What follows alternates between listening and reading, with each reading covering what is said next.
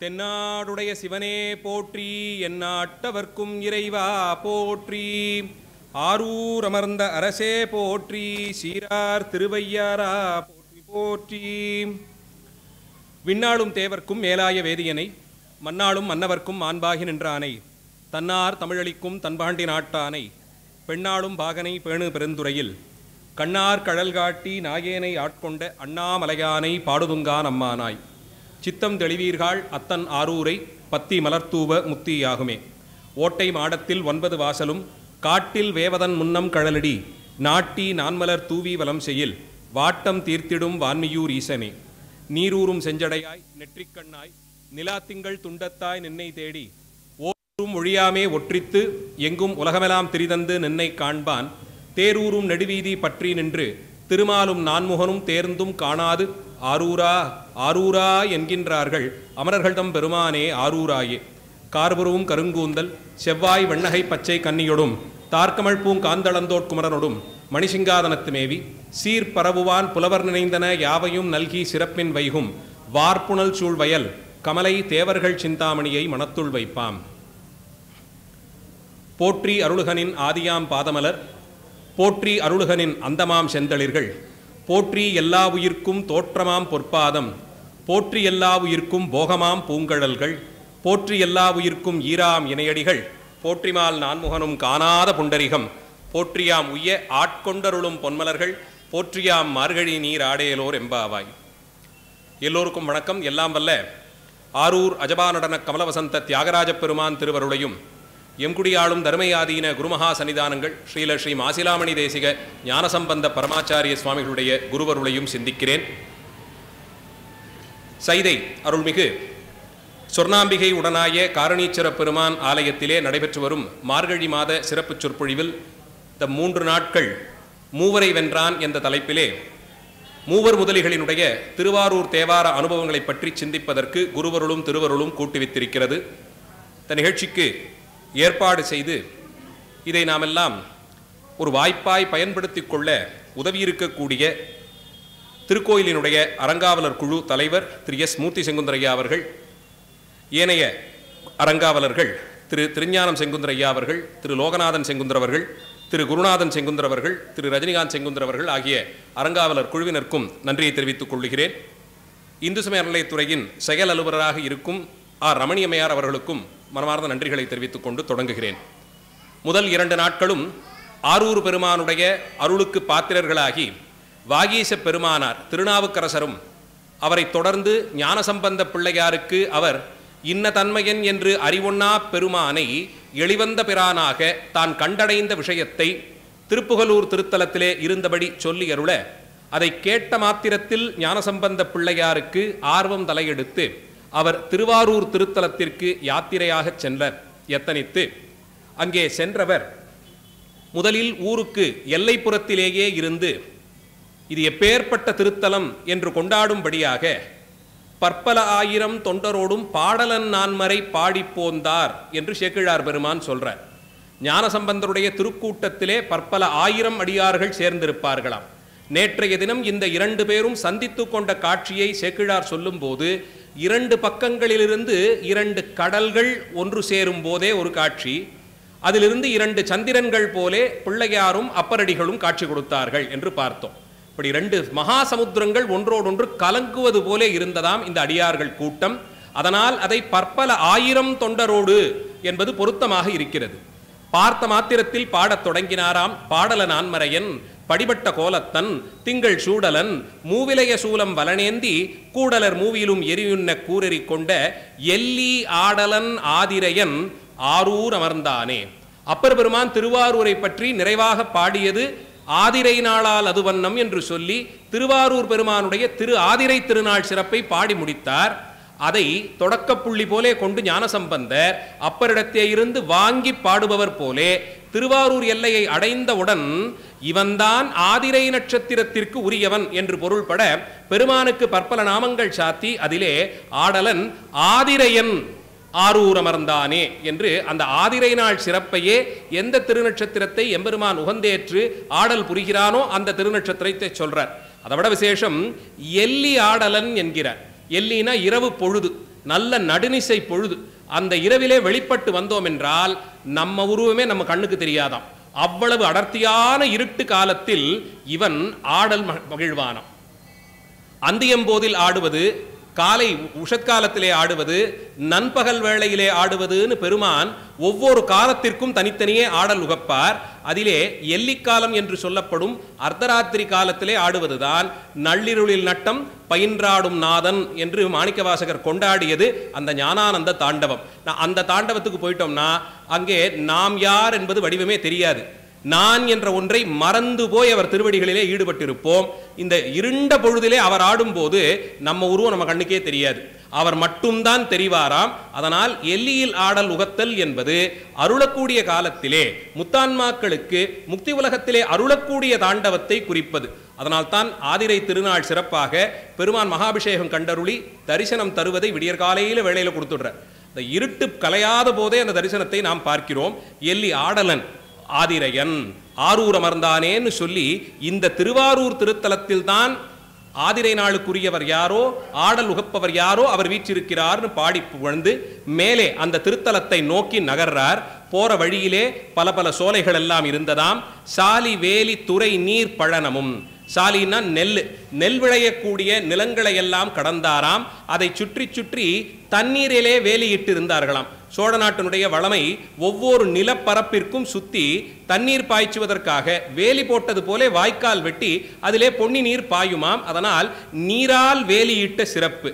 அதிலே விளைவதோ சாலி வேலி துறை நீர் பழனமும், பழனம்னா மரங்கள் நிறைந்த பகுதி, அதை கடக்கிறார். சூழ் கரும்பின் மணமலி காணமும், கரும்பினுடைய வாசமே வந்துதான், சுவைதான் கரும்புக்கான குணம்னு சொல்றோம். ஆனா அது அவ்வளவு அடர்த்தியாக இருந்ததினாலே கரும்பு ஆலைகளிலிருந்தும் கரும்பு வயல்களிலிருந்தும் இந்த வாசமே புறப்பட்டு வந்ததாம். காணமும் ஞானமுண்டார் மருங்குற நோக்கி மகிழ்ந்தருளி, இந்த காட்சிகளை எல்லாம் பார்த்தாராம். பெருமானுடைய அருள் வெளிப்பாடாக இதையெல்லாம் காட்சி தருகிறதேன்னு கொண்டாடி கொண்டே அனைபவர் அள்ளல் கழனி ஆரூர் அடைவோம் என்று மொழிந்து அன்பு பொங்க புனரிசை செந்தமிழ் கொண்டு போற்றி பொன்மதில் ஆரூர் புறத்து அல்லல் கழனி ஆரூர் அடைவோம்னு கொண்டாடினாராம். ஆஹா, அந்த ஊரினுடைய எல்லையை அடைந்தாகி விட்டது. இன்னும் எல்லைக்கு வரல. முதல்ல பாடியது ரொம்ப தொலைவிலிருந்து, அங்க தெரியுது பாருங்க, அதுதான் திருவாரூர்னு காட்டி கொடுத்த போதே ஒரு பதிகம் பாடிடுறார். இதுதான் அந்த பெருமான் இருப்பிடம், இதுதான் அந்த பெருமான் இருப்பிடம்னு பாடிட்டு மேலே தொடர்ந்து வந்தார். இன்னும் எல்லை அடையல. வாருங்கள் சென்றடைவோங்கிற நிலையிலேயே இரண்டாவதாக மற்றொரு பதிகத்தையும் பாடுகிறார். வானுயர் செங்கதிர் மண்டிலத்து மருங்கணையும் கொடி மண்ணு ஆரூர் தான் ஒரு பொன்னுலகென்ன தோன்றும் தயங்கு ஒளி முன்கண்டு சண்பை வந்த பால் நிற நீற்றர் பருக்கையானை பதிகத்தமிழ் இசைப்பாடி. இப்போ ஊர் காட்சி கொஞ்சம் கொஞ்சமா தெரிய ஆரம்பிச்சிருச்சு. காட்டுப்பகுதி, வயல் பகுதி, தோட்டந்துறவெல்லாம் கலந்துட்டார். ஊரினுடைய மதில்கள் தெரிஞ்சது. மதில் நடுக கொடி நட்டு வைத்திருந்தார்களாம். அசையக்கூடிய கொடி வான்னு அழைப்பது போல இருந்ததாம். பொன்னுலகமாக சிவலோகமாக இந்த பூமி காட்டி கொடுத்ததாம். திருவாரூர் திருநகரம் சிவலோகமாகவே காட்சி கொடுத்ததாம். சண்பை வந்த பால் நிற நீற்றர் அந்த இடத்தில் அன்பு பெருக பருக்கையானை மத்தகத்து என்று தொடங்கக்கூடிய ஒரு பதிகத்தை பாடுறார்.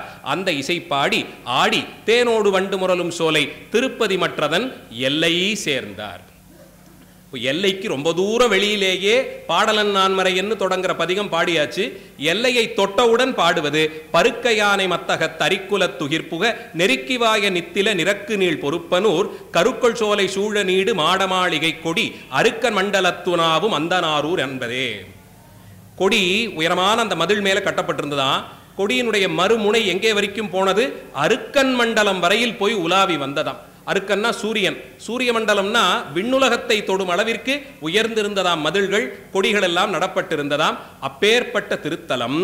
அந்த தலத்திலே இருப்பவர் யார்? பருக்கையானை மத்தகத்து அரிக்குலத்து அதன் உயிர்ப்புக. மதம் கொண்டு வந்த யானையினுடைய தோலை அப்படி விளையாட்டாக கீறுவது போலே கீறி ஆணை உரிபோர்த்திய நிலையிலே வீற்றிருந்தானே அந்த பெருமான் வீற்றிருக்கும் ஆரூர் அது மதில்களாலே, உயர்ந்த மதில்களாலே சூழப்பட்டதுன்னு கொண்டாடி முடித்து பெருமானை வேண்டிக் கொண்டே உள்ளே சென்றார். பொங்கிய சிந்தை விருப்பின் வெள்ளம் பொழிந்து புவிமேல் பொலிவது என்ன எங்கும் உளிர் ஒளி வீச முத்தின் இலங்கு சிவிகை இழுந்தருளி. இது சுவாமிகளுடைய வழக்கம். சுவாமிகள் எங்கும் போவதற்கு சிவபெருமான் வெண்முத்துக்களால் ஆன பல்லக்கு கொடுத்திருக்கார். ஆனா ஊர் எல்லை கடந்தும் பல ஊர்களுக்கு பல்லக்கிலேயே பிரயாணம் பண்ணியிருப்பார். திருவாரூருக்கு மட்டும் எல்லையை அடைந்தவுடனே பல்லக்கிலிருந்து இறங்கிவிட்டார். அந்த சிவிகையிலிருந்து இறங்கிவிட்டார். என்ன, எங்கும் குளிர் ஒளி வீசு முத்தின் இலங்கு சிவிகை இழுந்தருளி, அதிலிருந்து இழிந்தார்னா இறங்கி விட்டார். அது வேண்டாம்னு இறங்கி விட்டார். செங்கை நிற மலர் கொண்டு தூவி திரு இருக்கு குரல் பாடி, பார்த்த மாத்திரத்தில் கை நிறைய பூவை வாங்கி தூவினாராம். இதுவும் திருவாரூருக்கு மட்டும் சிறப்பான ஒரு வைபவம். எந்த சிவாலயத்திலேயும் பூஜிப்பதற்கு அதிகாரம் கொண்ட ஆதிசைவர்களை தவிர சுவாமி திருமேனியிலே பூ முதலியவற்றை இட்டு வழிபடுவது நமக்கு வழக்கம் இல்லை. இது ஏதோ சன்னதிக்குள்ள இருக்கிற சுவாமிக்கு மட்டும் இல்லை, பிரகாரத்தில் இருக்கக்கூடிய பரிவார தெய்வங்கள் உட்பட அர்ச்சகர் இல்லைன்னா போய் அவர்கிட்ட கேட்டு அவரை வரும்படியாக வேண்டி கூட்டிட்டு வந்து பூவை சாத்தலாம். இல்லை அங்கே எங்கேயா வச்சுட்டு போயிட்டீங்கன்னா அவங்க அடுத்து வரும்போது பார்த்து சாத்துவார்கள். அர்ச்சகர் தான் இல்லையே, அதனால நான் போனா என்ன தொட்டா என்ன என்று நினைப்பது முதல்ல ஆணவத்தினுடைய வெளிப்பாடு. பரார்த்தத்தில் இருக்கக்கூடிய திருமூர்த்தங்களை எள்ளளவேனும் தீண்டுவதற்கான அதிகாரம் யாருக்குமே கிடையாது அவர்களை தவிர. இதை அடியேன் சொல்லவில்லை, ஆச்சாரியர்கள் அத்தனை பேரும் முன்மொழிந்தது. ஞானசம்பந்த பெருமான் இதைத்தான் வலியுறுத்தி இருக்கிறார். சேக்கிழார் பெருமான் மறுபடியும் அதை பல பாடல்களிலே சொல்லியிருக்கார். தீண்டி திருமேனியை வழிபடுவதற்குரிய அதிகாரம் உடையவர்கள் அவர்கள் மட்டும்தான். எக்காலத்திலேயும் அடியார்னு போகக்கூடிய ஒரு காலத்திற்காக திருநீர் ருத்ராட்சம் தரித்திருக்கோங்கிறதுக்காக அர்ச்சக சுவாமி இல்லைன்னு உள்ளே போவதற்கு அதிகாரம் துளியேனும் நமக்கு கிடையாது. பெரிய அளவிலே அது அபச்சாரமாகவே பார்க்கப்படுகிறது. தயவு செய்து அன்பர்கள் தவறான போதனைகளை முன்னுதாரணங்களை கொள்ள வேண்டாம். ஆனால் இந்த விதி திருவாரூர் மட்டும் இல்லை. சுவாமி புறப்பட்டு வீதியிலே வரும்போது அடியார்கள் அத்தனை பேரும் பூ தூவி வழிபடும் மரபு அங்கே உண்டு. மற்ற எந்த கோயிலும் இதை பண்ணிடாதீர்கள், இதை பண்ணக்கூடாது. திருவாரூரில் மட்டும்தான் அந்த எல்லையை அடைந்தவாறே அத்தனை பேரும் சிவபூதகணங்களாக ஆகிவிடுவதாலே தியாகராஜ சுவாமி ஊர்வலத்திலே புறப்பட்டு வந்தார் என்றால் அவர் வரும் வழி நெடுக இரண்டு பக்கமும் நின்று கொண்டு அன்பர்கள் அவருக்கே உரித்தான வாசனை மலர்களை அவர் திருமேனியிலே படும்படியாக தூவி வழிபடக்கூடிய ஒரு பெரிய பேறு கிடைக்கும். வேறு எந்த ஆலயத்திலும் நமக்கு கிடைக்காத பேரு. தியாகேச பெருமான் சபையிலிருந்து புறப்பட்டு வரும்போது மலர் தூவி அவரை வருகன்னு வரவேற்று வணங்கி துதிக்கலாம். அவர் திருமேனியிலே படும்படியாகவே மலரை தூவி வணங்கலாம். அதற்கு தோஷம் இல்லைன்னு சொல்லி வைத்திருக்கிறார்கள். நான் திருவாரூர் எல்லைக்குள்ளே வந்துட்டா அத்தனை பேரும் சிவபூத கணங்கள் ஆனபடியாலே அதை சம்பந்த சுவாமிகளும் செய்கிறார். செங்கை நிறை மலர் கொண்டு தூவி திரு இருக்கு குரல் பாடி, சம்பந்தர் பாடக்கூடிய பாடல் அடிகளினுடைய அழகு, அந்த பத்ததி, அந்த கணக்கை வைத்து அதற்கு சில சிறப்பு பெயர்கள் உண்டு. 2 அடி வைத்து பாடுவார். பார்க்கறதுக்கு ரொம்ப எளிமையா இருக்கும். கூடி போச்சுன்னா 4 8 சீர் தான் அந்த பாட்டுக்கு இருக்கும். 2 வரியில பாடிடுவார். இப்ப இந்த பாடலுக்கு தான் இருக்கு குரல் என்று ஒரு சிறப்பு திருநாமம் உண்டு. இருக்கு அப்படின்னு சொன்னா ரிக்வேதத்தை குறிப்பது. வடமொழி ரிக்வேதமானது 2 அடிகளாக வைத்து வரக்கூடிய அமைப்பு. அந்த பாடல் வேத பாடலுடைய வரிகள் அமைப்பு எப்படி இருக்குமோ அதே போல தமிழிலே இவர் வைத்து பாடுவார். சித்தம் தெளிவீர்கள் அத்தன் ஆரூரை பத்தி மலர்தூவ முத்தி ஆகுமே. இவ்வளவுதான். 4 8 சீர் தான். சித்தம் தெளிவீர்கள் அத்தன் ஆரூரை பத்தி மலர்தூவ முத்தி ஆகுமே. முக்திக்கு இதைவிட எளிமையாக யாராலையுமே ஒரு காரணத்தை சொல்ல முடியாது. நல்ல மலர்களை தூவி வழிபட்டால் தியாகராஜ பெருமான் முக்தி கொடுத்து விடுவார் என்று சொல்லுகிறார். அப்படி 10 பாடல்கள் 2 அடியாக வைத்து பெருமானை துதித்து தூவி வழிபடும் அளவிலே பாடுகிறார். மேலே படியில் ஞானம் உண்டருளிய பிள்ளை பனிதற்கு அடியார் சென்று எதிர்கொள்ள எழுந்தருளும் அஞ்ஞான்னு. இன்னும் கோயிலுக்குள்ளே போல, அதுக்கு முன்னாடி 3 பதிகங்கள் ஆகிவிட்டது. திருக்கோயிலுக்குள்ள போய் தரிசனமே பண்ணல, அதுக்குள்ள 3 பதிகம் முடிச்சிருக்கார். இப்போதுதான் திருவாரூர் மெய்யடியார்கள் எல்லாம் ஞானசம்பந்த பிள்ளையார் வந்து விட்டார்னு மனமகிழ்ச்சியோடு அவரை வரவேற்பதற்காக ஓடி வந்தார்கள். மங்களங்கள் எல்லாம் நிறைக்கப்பட்டிருக்கு. வீதி எங்கும் பட்டு விரித்து பந்தல் அமைத்து மாவிலை தோரணம் நட்டு பூர்ணகும்பங்கள் நட்டு வாசனை திரவியங்கள் கொண்டு பூட்டி எல்லா விதத்திலும் அலங்காரம் செய்து ஞானப்பானகம் செய்தவர் அல்லவா இவர். ஞானப்பால் உண்ட பிள்ளை, இவருக்கு என்ன ஈடு இருக்க முடியும்? அவரே எழுந்தருளி இருக்கார்னா நாம் எல்லாம் போய் அவரை வணங்கி வரவேற்கணும்னு திருவாரூர் அடியார்கள் அத்தனை பேரும் அங்கே வந்து சூழ்ந்து கொண்டார்களாம். மாலை சூழ் புறம் கடைகளின் மணி நிற விளக்கின் கோலநீர் சுடர் ஒளியுடன் கோத்து இடை தூக்கும் நீலமாமணி நிழல் பொற நிரம்பு புகர் படுக்கும் பாலவாயின பவள வேதிகை மலர்பந்தல். வெவ்வேறு நிறத்தாலான மலர்களை ஒவ்வொரு வண்ணமும் எப்படி பொருந்துமோ அந்தபடிக்கு வெள்ளையால் ஒரு மலர், நீல நிறத்தில் ஒரு மலர், மறுபடியும் வெள்ளையால் ஒரு மலர், நீல நிறத்தில் ஒரு மலர்னு இப்படி தொங்கல் மாலைகள் போலே கட்டி பெரிதாக பவளத்தை எல்லாம் நடுவில் வைத்து கட்டி விளக்கிலிருந்து தீபம் ஒளிகிறதா இல்ல அந்த பவளத்திலிருந்து வெளிச்சம் வருதான்னு சந்தேகிக்கும்படியான ஒரு வரவேற்பு அமைப்பெல்லாம் செய்து ஞானசம்பந்த பிள்ளையாருக்கு பந்தல் போட்டு வரவேற்றார்களாம். வந்த சுவாமிகள் அப்பர் சுவாமிகள் செய்தது போலேயே ஆரூர் அடியார்கள் அத்தனை பேரையும் ஒரு பார்வை பார்த்தார்.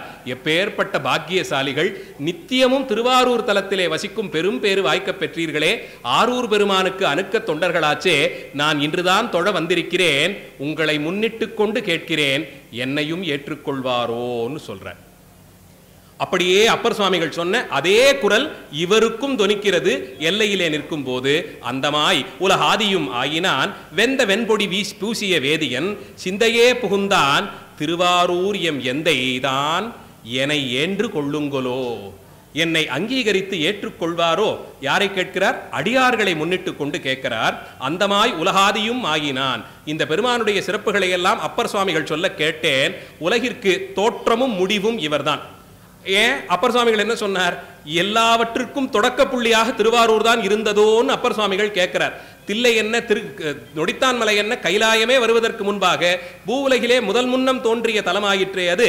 அதனால் இதுதான் தொடக்க புள்ளி என்றால் தொடக்கமும் முடிவும் அவர்தானே, அந்தமும் ஆதியும் ஆயினான். ஆமா, சுவாமியை மும்மூர்த்திகளுக்கு நடுவிலே ருத்ரன் என்ற திருநாமத்தால் அழைக்கிறோம். பிரம்மா படைப்பதை ஏதோ பெரிய விஷயம் நினைச்சுக்கிறோம், காப்பாற்றுற திருமாலினுடைய பணி அதை விட சிறப்பு நினைச்சுக்கிறோம். இதேதோ சம்ஹாரம் தானேன்னு ஒரு நிமிஷம் நினைக்கிறோம். அழிக்கிறதுல என்ன பெரிய பிரமாதம் இருக்க முடியும்? இருக்கும் ஒன்றை இல்லாமல் செய்வது தானேன்னா ரொம்ப பொறுப்பாக செய்யப்பட வேண்டிய பணி. ஏன் தெரியுமா? யார் ஒருவன் எல்லாவற்றையும் சம்ஹாரம் செய்து முடிக்கிறானோ நிறைவாக அவர் மட்டும்தான் இருப்பார். அடுத்து இப்ப படைக்கணுங்கிற வேலை வரும்போது அவர் தானே தொடக்க புள்ளியாக இருக்க முடியும். படைக்க வேண்டியவனையே படைப்பவர் இவர்னா அப்போ யார் ஒருவன் முடித்து கொடுக்கிறாரோ அவர்தான் உன்னதமானவர், அவர்தான் பரமன், அவன்தான் பரமனாக இருக்க முடியும். தோன்றிய அந்த சம்ஹாரம் தான் முதற் தொழிலாக அமைகிறது. அதனால் தான் ரொம்ப ஜாக்கிரதையா பண்ண வேண்டிய பணின்னு தன் அம்சம் பொருந்தியவராக ருத்ரனை அந்த பணியிலே நிறுத்தி கொண்டார் பெருமான். அவரிலேயே ஒரு சின்ன பகுதியாக ருத்ரனை அந்த பணிக்கு நிறுத்தி கொண்டார். அவர் சம்ஹாரம் செய்தால்தான் அடுத்த சிருஷ்டி காலத்திலே தொடங்கும் தொழிலை தானே இருந்து செய்ய முடியும். அதனால் முடித்து தரும் இந்த காரியம் ரொம்ப கடினமானது.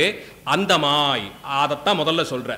எல்லாவற்றிற்கும் முடிவாக இருப்பவன் யாரோ, அடுத்த தொழில் தொடக்கத்திற்போ முதலாக இருப்பவன் யாரோ, அந்தமாய் ஆதியும் ஆயினான். எல்லா கோயிலையும் சுவாமி சிரமாலைன்னு ஒன்று சாத்திப்பார். பிரம்ம கபாலங்களால் ஆன மாலை. கழுத்திலே பிரம்மனுடைய கபாலத்தை மாலை போலே கட்டிக்கொண்டார்னு சொல்லப்படுகிறது. 5 தலைகளோடு இருந்த பிரம்மனுடைய ஒரு கபாலத்தை கிள்ளி அதை மாலையாக கட்டி தலையில வச்சுக்கிட்டாருன்னு சொல்லுவாங்க. திருவாரூரிலே சிரமாலை ரொம்ப விசேஷமா இருக்கும். அந்த நீளமான மாலை தியாகராஜ சுவாமி சாத்தியிருப்பார். கொத்து கொத்தா பிரம்மனுடைய கபாலங்கள் அதிலே இருக்கும், கொத்து கொத்தா இருக்கும். ஒரு வாட்டி ரொம்ப அதிசயப்பட்டு போய் அந்த அர்ச்சக சுவாமி கிட்ட ஒரு வாட்டி கபாலத்தை கிள்ளினார்னு சொல்லப்படுது. அது எப்படி இத்தனை தலைகோடுகள் அங்கெங்கேருந்து வந்தது? பிரம்மனுடைய ஒரு தலை தானே அது, அதுலேருந்து எப்படி இத்தனை தலையோடு வரும்னா மற்ற கோயில் சுவாமிக்கு எப்படியோ தெரியாது. இவர் காலம் கடந்த பொருளா இருக்கார். ஒவ்வொரு யுகத்திற்கும் ஒரு பிரம்மன் வந்தான், ஒவ்வொரு பிரம்மனுடைய தலையும் கிள்ளினார். அந்த யுகத்திற்கான பிரம்மனோட தலை புதுசா சேருது.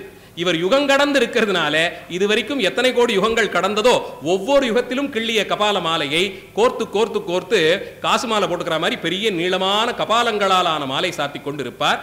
அந்தமாய் ஆதியும் ஆகினான். வெந்த வெண்பொடி பூசிய வேதியன். திருநீர் தரித்துக் கொள்வதை விசேஷமா ஏன் சொல்லணும்னா, சுவாமி திருமேனி முழுக்க திருநீர் தரித்துக் கொள்வதனுடைய ஐதிஹ்யம் கடைசியில சம்ஹார காலத்திலே எல்லாவற்றையும் நிறைவு செய்துட்டு அது அத்தனையும் அவிந்து போயிருக்கும் நிலையிலே அந்த சாம்பலை தான் பூசி மகிழ்கிறான், தன் மேனியிலே ஒடுக்கிக் கொள்கிறான். அத்தனை உயிர்களையும் தனக்குள்ளே ஒடுக்கிக் கொள்வதை காண்பிக்கும் விதமாக திருமேனி எங்கும் திருநீர் பூசிக்கொண்டு பெருமான் காட்சி தருகிறார். அத்தனை புவனங்களும் அந்த காலத்திலே மகா ஸ்மசானமாக கருதப்படும். ஒரு பெரிய ஸ்மசானமாயிடும். அதிலே பெருமான் ஆடல் உகந்து ஆணவத்தை நீக்கும் பொருட்டு சம்ஹார தாண்டவம் ஆடி அத்தனையும் தன் உடம்பிலே பதிந்து கொள்ளும்படியாக, தன் திருமேனி எங்கும் பதியும்படியாக திருவெண்ணீற்றை சூத்திக் கொள்ளுகிறான். அப்போ யார் முடிப்பவனோ அவனுடைய சிறப்பை அடுத்த வரியிலும் சேர்த்து சொல்றார்.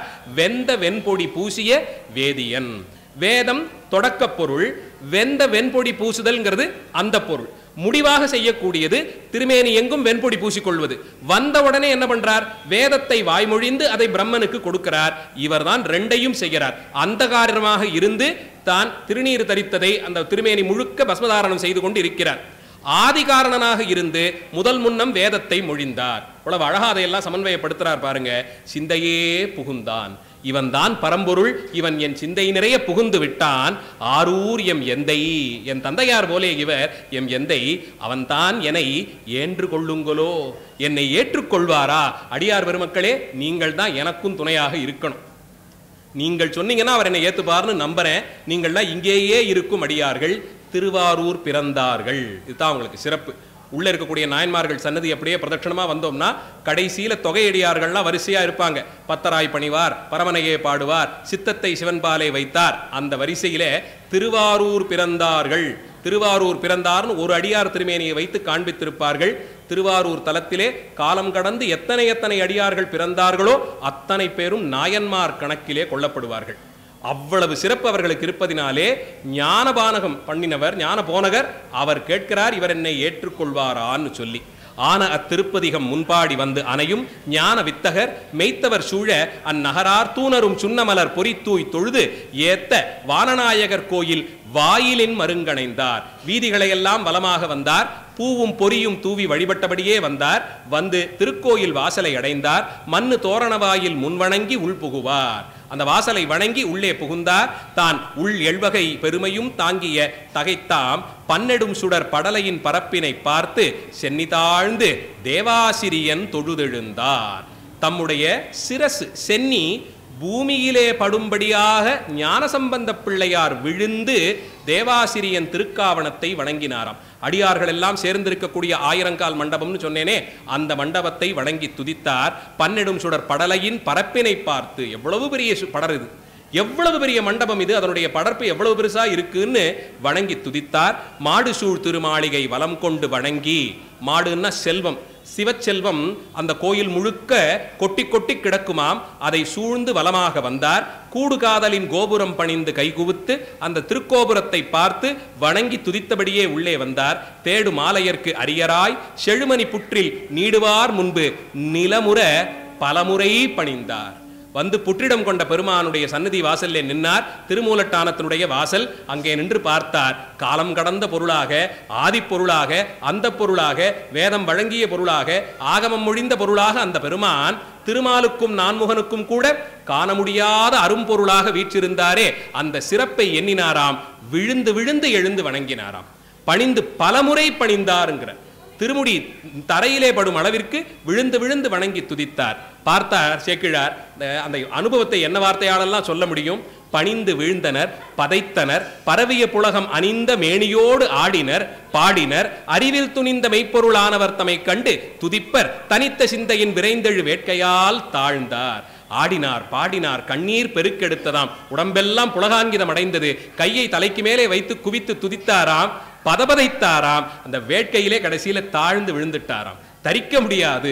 எப்பேற்பட்ட கருணை, எவ்வளவு அருள்! அடியேனையும் இங்கே கூட்டிக் கொண்டு வந்து இந்த சன்னதியின் முன்பாக நிறுத்தியதே இந்த திருவருள்னு தாழ்ந்து வணங்கி துதித்து நின்றாராம். அங்கு நன்மையில் வைகும் அந்நாள் சில அகலணங்கள் தம் திருநாவிக்கு அரசரை நயந்து பொங்குசீர் புகழூர் அந்த திருத்தலத்திலே சில காலம் தங்கியிருந்தார். அங்கே தங்கியிருந்த காலத்தில் பக்கத்திலே இருக்கக்கூடிய திருவலிவலம் முதலிய தலங்களை எல்லாம் போய் தரிசித்து வந்தார். அப்படி இருந்து கொண்டே இருந்தவருக்கு ஒரு நாள் திருவருள் அவரை திருப்புகலூருக்கு வரணும்னு எண்ணம் வந்துதாம். அதற்கு காரணம் நாவுக்கரசரை அங்கே விட்டுட்டு வந்திருக்கார். அவருக்கு நான் போயிட்டு வரேன்னெல்லாம் சரியா சொல்லிக்கல, நீங்கள் இங்க இருங்க, நான் திருவாரூருக்கு போயிட்டு தரிசனம் பண்ணிட்டு வரேன்னு புறப்பட்டுட்டார். அதனால் நாவுக்கரசனார் நினைவு வர மீண்டும் பூம்புகலூர் போகணும்னு திருவுள்ளம் பத்தினார். நேரே தியாகராஜ பெருமானிடம் சென்று விண்ணப்பம் வைத்தார். விடை பெற்று கொண்டார். ஊரிலிருந்து கிளம்பி வெளியே வந்துட்டார். வந்தவர் நேரா புறப்பட்டு போயிருக்கலாமா? இல்லை, அதை செய்யலை. என்ன பண்ணினார்? ஊர் எல்லையை அடைந்தார். மனசெல்லாம் அப்படி கனமாக இருந்ததாம். திருமணம் முடித்துக்கொண்டு அம்மா வீட்டிலேருந்து போற பெண்ணை போலே திரும்பி திரும்பி பார்த்து கொண்டு நடந்தாராம். ஒரு எல்லையில போய் நின்னார். புவன ஆரூரினில் புறம்பு போந்து அதனையே நோக்கி நின்றே, அவமிலா நெஞ்சே அஞ்சேல் நீ உய்யுமாறு அரிதி அன்றே, சிவனது ஆரூர் தொழாய் நீ மறவாது என்று செங்கை கூப்பி பவனமாய் சோடையாய் என்னும் திருப்பதிகம் முன் பாடினார். கீழ் அப்பர் பெருமானுக்கு என்ன சொன்னார் சேக்கிழார்? கிளம்பி போனார். மனசை தியாகராஜா கிட்ட வச்சுட்டார். அங்கிருந்து அவருடைய திருமேனி மட்டும்தான் புறப்பட்டு போச்சு. அன்பெல்லாம் மனசெல்லாம் காதலெல்லாம் தியாகராஜரிடத்தை விட்டு இவர் மட்டும் போனார். அதைத்தான் நான் ஞானசம்பந்த பிள்ளையாருக்கும் பார்த்தார். வெளியேறினவர், யோ இந்த பெருமானை விட்டு நகர்வதான்னு எண்ணம். கொள்ளல பார்த்தார். பவனமாய் சோடையாய் நாவெழா பஞ்சுதோய் சுட்ட உண்டு சிவனதாட் சிந்தியாய் பேதைமார் போலனி வெள்கினாயே கவனமாய் பாய்வதோர் ஏறுகந்து ஏறிய காளகண்டன் அவனது ஆரூர் தொழுது உய்யலாம் மையல் கொண்டு அஞ்சல் நெஞ்சே. பயப்படாதே, வாழ்க்கையிலே வரக்கூடிய சிரமங்களை பார்த்து பயம் கொள்ளாதே. திருவாரூரை தொழுது உய்யலாம், திருவாரூரை நோக்கி கைகூப்பி வணங்கினாலும் உய்யலாம். திருவாரூர் தலபுராணம் சொல்லக்கூடிய ரொம்ப விசேஷமான விஷயம், யாரொருவன் எந்த ஊரிலே எந்த லோகத்தில் இருந்தாலும் ஒவ்வொரு நாள் பொழுதும் காலை விடிந்து எழுந்தவுடன் ஹரஹரா சிவசிவான்னு சிவநாமம் சொல்லிக்கொண்டே எழுந்து திருநீறு தரித்து முடித்து உடனே அவரவர்கள் இருக்கும் ஊரிலிருந்து திருவாரூரை நோக்கி 7 அடி எடுத்து வைத்தால் அவர்கள் கங்கை சென்று காசியிலே கங்கை நீராடி விஸ்வநாத பெருமானை தரிசனம் செய்து விதிப்படி செய்ய வேண்டிய தர்மங்களையெல்லாம் செய்து முடித்தவர்களுக்கு என்ன சிறப்பு உண்டோ அந்த சிறப்பு அவர்களுக்கு உண்டுன்னு சொல்லப்பட்டிருக்கு.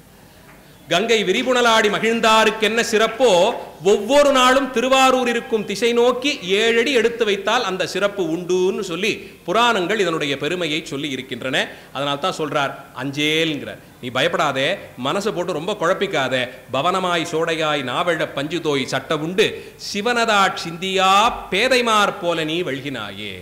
பிறந்து விட்டோம், பிறந்த பிறப்பிற்கு சோடை போகும் நிலையில் இருந்து நாவினுடைய ருச்சிக்காக கிடைத்ததையெல்லாம் சுட்டு உண்டு இதுவே பழக்கம்னு கிடைத்ததை உண்டு கழித்துன்னு இப்படியே ஓட்டிக்கொண்டிருந்தோமே, இந்த நிலையில் இருந்தவர்கள் போலே நீயும் காலம் கழித்தாயேன்னு இப்போ வந்து வெள்கி நிற்க வேண்டாம்.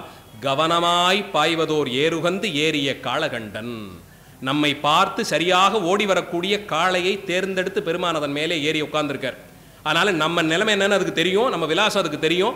அவர் போன்னு சொன்னா அது கூட்டிட்டு வந்து நம்ம வீட்டு வாசல்ல விட்டுடும். அதனால அது ரொம்ப கவனமாக பாயக்கூடிய காளை. அதன் மேலே ஏறிக்கொண்டானாம் காளகண்டன்.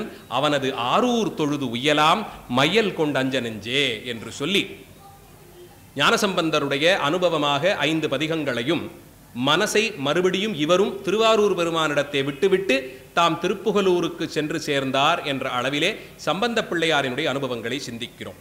மேலே 3ஆவதாக திருவாரூருக்கென்றே திருவவதாரம் செய்தருளிய சுந்தரமூர்த்தி சுவாமிகள், நம்பி ஆரூரர் திருக்கைலாயத்திலே எம்பெருமானுக்கு அணுக்கத்தொண்டு செய்து கொண்டு சுவாமி சிம்மாசனத்துக்கு பக்கத்திலேயே நின்றிருந்தவர். அவரை கொண்டு நமக்கு நிறைய செய்யணும்னு ஆசைப்பட்டார் பெருமான். அதனால் அவரை பூவுலகிலே பிறக்கும்படியாக சிறு திருவிளையாடல்கள் நிகழ்த்தி அவரும் அனிந்திதை கமலினிங்கிற அம்பிகைக்கு தொண்டு செய்யும் 2 சேடிமார்களும் கூட பூவுலகத்திலே பிறக்கும்படியாக பறவையார் சங்கிலியார்னு 2 நாமங்களோடு பூவுலகிலே பெண்களாக பிறக்கக்கூடிய சிறப்பை செய்து அவரை இங்கே அனுப்பி வைத்தார். நீ அங்கே போவது நம்மை சொற்தமிழால் பாடுவதற்கும் தொண்டர் சீர் பரவுவதற்கும். இந்த தென்திசை செய்த தவப்பயனால் சுந்தரருடைய அவதாரம் என்கிறார் சேக்கிழார் சுவாமிகள். பலபடியாக சுந்தரருடைய சிறப்பை சொல்றார். அவரை திருவெண்ணெய்நல்லூரிலே அவதாரம் செய்ய செய்து திருவெண்ணெய்நல்லூரிலே தடுத்தாட்கொண்டு அந்த நிலையில் அவர் பித்தாபிரை சூடின்னு பாடி தொடங்கினார். திருக்கல்யாணம் செய்து கொள்ள இருந்த நிலையிலே அவரை தடுத்தாட்கொண்டு ஓலை காட்டி தடுத்தாட்கொண்டு நீ எனக்கு அடிமை, வழி வழியாக உன் பாட்டனார் காலத்திலிருந்து நீங்கள் எனக்கு அடிமைன்னு ஓலை காட்டி தடுத்தாட்கொண்டார்.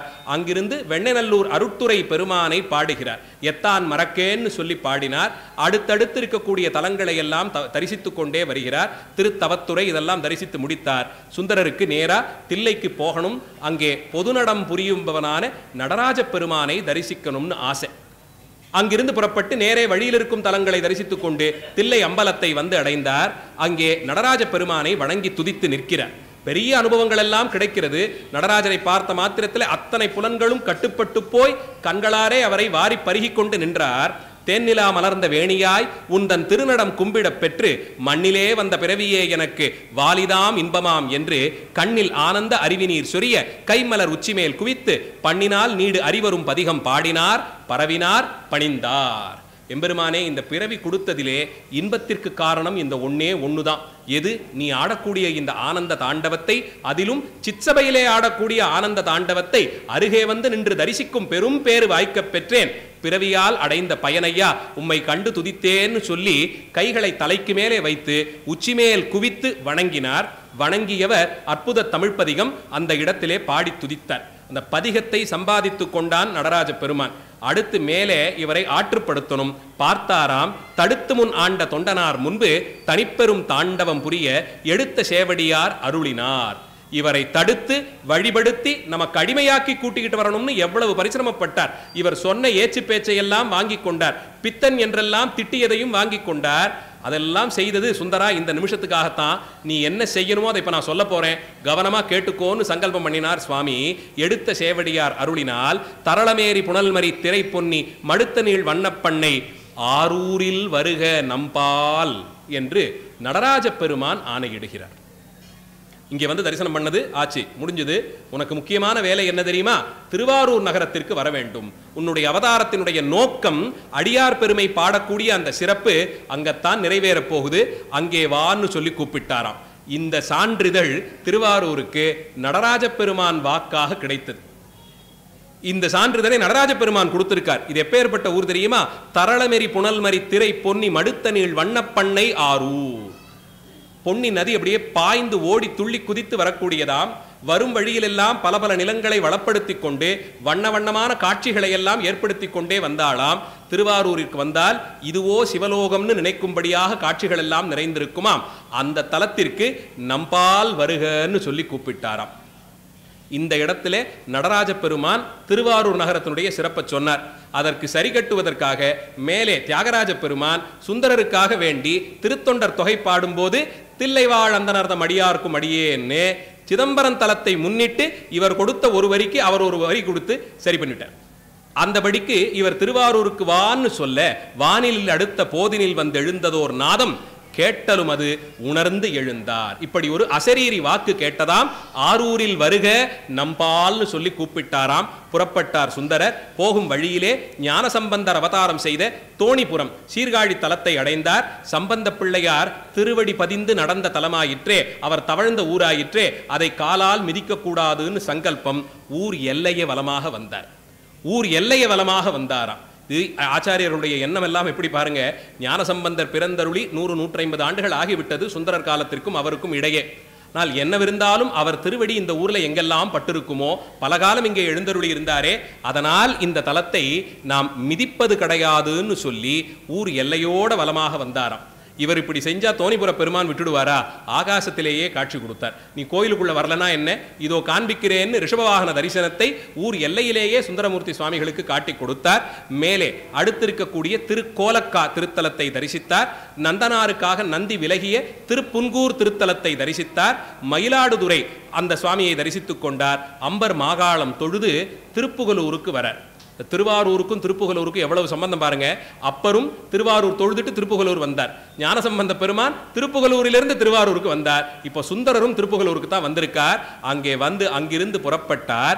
மின்னார் செஞ்சடை அண்ணல் விரும்பு திருப்புகலூரை மண்ணாக பணிந்தேத்தி குறைவில் முன்னாக பணிந்தேத்தி குறைவில்லாது முதலில் திருப்புகலூர் தலத்தை பணிந்து துதித்து முடித்து முதல்வன் தன் அருள் நினைந்து பொன்னாறு முத்திரியம் புரிமுன்னூல் அணிமார்பர் தென்னாவலூர் ஆளி திருவாரூர் சென்றடைந்தார். பட்டு பீதாம்பரம் அணிந்திருப்பார். தங்கத்தாலான புரிநூல் அணிந்திருப்பார். கல்யாணத்தன்னைக்கு பண்ணி போட்டுப்பாங்க. வசதி இருக்கக்கூடியவர்கள் திருக்கல்யாணத்தன்னைக்கு முப்புரி நூலை தங்கத்திலே பண்ணி போட்டுக் கொள்வார்கள். சுவாமிகளோ அரசனுடைய பிள்ளை போலே வளர்ந்தவர். அதனால் எப்போதும் சர்வாலங்கார பூஷராக இருப்பார். அதுவும் சிவபெருமான் என்ன சொல்லியிருக்கார், அப்பா என்றோ ஒரு நாள் நீ கல்யாணத்துக்காக எல்லாத்தையும் அலங்காரம் பண்ணிட்டு நின்ன, நான் உள்ள வந்து புகுந்து கல்யாணத்தை தடுத்து நிறுத்திட்டேன். அந்த போட்டுக்கொண்ட ஆடை ஆபரணம் எல்லாம் குறையே ஆக வேண்டாம், நித்தியமும் கல்யாண கோலத்திலேயே இருன்னு சுவாமி ஆசீர்வாதம் பண்ணார். நால்வர் திருமேனிக்கு நடுவில் சம்பந்தர் அப்பர் மாணிக்கவாசகரை தவிர சுந்தரரை மட்டும் உற்று பார்த்தீர்கள் என்றால் அழகான கிரீடம் வச்சிருப்பார், கையில ஒரு செண்டு வச்சிருப்பார். என்றும் திருமணக்கோல பெருமான் என்று கொண்டாடப்படுகிறார். என்றும் திருமணக்கோல பெருமான், இது சுவாமி பண்ணி வைத்த ஆசீர்வாதம். நீ எப்போதும் இந்த திருமண கோலத்தில் இருக்கணும்னு சொல்லியிருக்கார். அது தியாகராஜ சுவாமி தான் சொல்ல போறார். ஆனா அதுக்கு முன்னாடி அதை குறிப்பாக சேக்கிழார் சொல்லிட்டார். பொன்னாறு முத்திரியம் புரிமுன்னூல் அணிமார்பர், பீதாம்பரத்தாலே உத்திரியத்தை இடுப்பை சுற்றி வேட்டி அணிந்து கொண்டிருந்தார். மார்பிலே பொன்னாலான முப்புரி அணிந்திருந்தார். தென்னாவலூர் ஆளி திருவாரூர் சென்றடைந்தார். திருநாவலூர் பெருமான் திரு ஆரூர் தலத்திற்கு வந்தார். தேராரும் நெடுவீதி திருவாரூர் வாழ்வார்க்கு ஆராத காதலின்னம் ஆரூரன் நாமழைக்க வாரா நின்றான் அவனை மகிழ்ந்து எதிர்கொள்வீர் என்று நீராறும் சடைமுடி மேல் நிலவணிந்தார் அருள் செய்தார். அன்று இரவு திருவாரூர் அடியார்கள் கனவிலே தியாகராஜ பெருமான் தோன்றினார். ஆராத காதலின், குறையவே இல்லை அவனுக்கு என் பேரில் காதல், நிமிடத்துக்கு நிமிடம் அதிகரித்து கொண்டே வருகிறது. ஏதான ஒரு பொருளை நாம் ரொம்ப விரும்புவோம், அதை விரும்பி வாங்கிடுவோம். வாங்கி ஒரு வாரத்துக்கு நம்ம உயிருக்கு மேல் அதைத்தான் பார்த்துப்போம். நாம் ஏறி பிரயாணம் பண்ணுறதுக்குன்னு வாங்கின ஒரு வண்டி, அந்த வண்டியில் சின்னதாக பொட்டாட்டம் ஒரு சின்ன ஒரு இடம் விழுந்துருச்சுன்னா ஒரு வாரம் 10 நாளைக்கு நமக்கு சாப்பாடே இறங்காது. விழுந்த அந்த கரையை போய் பார்த்துட்டு வருவோம், தடவி பார்த்துருப்போம். நம்ம உடம்புல அடிபட்டா கூட அவ்வளோ சிரமப்பட மாட்டோம். அந்த அக்ரிணை பொருள் அது உடம்புல சின்னதாக ஒரு துளி பட்டுட்டுனா, ஆனால் அதுவே எத்தனை வருஷத்துக்கு ஓடும்? ஏதோ கொஞ்சம் காலத்துக்கு ஓடலாம், 5 வருஷம் 10 வருஷம் போனதுக்கப்புறம் அதனுடைய சிறப்பை கூட நினைத்து கொண்டிருக்கலாம். நான் வாங்கும் போது இருந்த ஆர்வம் அதிகரிக்கும்படியான விஷயமாக ஏதாவது இருக்குமான்னா உலகியல் சார்ந்த விஷயங்கள்லே அப்படி இருப்பதில்லை. ஆர்வம் குறைந்து கொண்டே வேணுமானால் போகும். ஆனால் இங்கே ஆறாத காதலாக என்னை என்றோ ஒரு நாள் விரும்பினான், அதோடு விட்டுட்டானா இல்லை, நாள்பட நம் பேரில் காதல் அவனுக்கு அதிகரித்து கொண்டே போகிறது. ஆறாத காதலின் நம் ஆரூரன் நாமழைக்க வாரான் என்றான். நம்மளை போல இல்லை, போகணும் நினைத்து கொண்ட நம்மளை போல இல்லை, வான் அங்கிருந்து உத்தரவு வந்திருக்கு, அதனால் ஆர்வத்தினாலே வந்திருக்கிறான். நான் கூப்பிட்டு வரான், அவனுக்கு தகுதியாக வரவேற்பு தரணும், நீங்கள் அதற்கேற்பாடுகள் செய்து அவரை அழைத்து வாருங்கள்னு திருவாரூர் அடியார்கள் கனவிலே தியாகராஜ பெருமான் கட்டளை இட்டார். வந்து எதிர்கொண்டு வணங்குவார் முன் வந்தொண்டர் அஞ்சலி கூப்பி நின்று வந்தார்கள் அடியார்கள் எல்லாம். அங்கே இது எம்பெருமான் சொன்ன கட்டளை. அதன்படி பெரிய பந்தல் அமைத்து மங்கள பொருட்களால் நிரப்பி சுந்தரரை வரவேற்க நின்றார்கள். அவர்கள் எல்லாம் பெரிய திருக்கூட்டமாக நிற்பதை சுந்தரர் பார்த்தார். வந்து எதிர்கொண்டு வணங்குவார் முன் வன்தொண்டர் அஞ்சலி கூப்பி நின்று கைகளை கூப்பி அவர்களை எல்லாம் தொழுதாராம். சிந்தை களிப்புற வீதியூடு செல்வார் திருத்தொண்டர் தமை நோக்கி எந்தை இருப்பதும் ஆரூர் அவர் எம்மையும் ஆழ்வரோ கேளி. மூணாவதா இப்ப இவருக்கும் அதே அனுபவம் தான். அடியார்களை பார்த்து விட்டால், ஐயா நீங்கள் எல்லாம் பாக்கியசாலிகள், திருவாரூர் பெருமானுக்கு அடிமை செய்து கொண்டிருக்கிறீர்கள், யாருக்கு வாய்க்கும் இந்த பெரும் பேரு, நான் இன்று வந்திருக்கிறேன், என்னை ஏற்றுக்கொள்வாரோன்னு கேட்டு சொல்லுங்கள். திருவாரூரில் மட்டும் அவருக்கென்று வாய்த்த அடியார்களை முன்னிட்டு கொண்டு சென்றது தான் விதியாகவே சொல்லப்பட்டிருக்கு.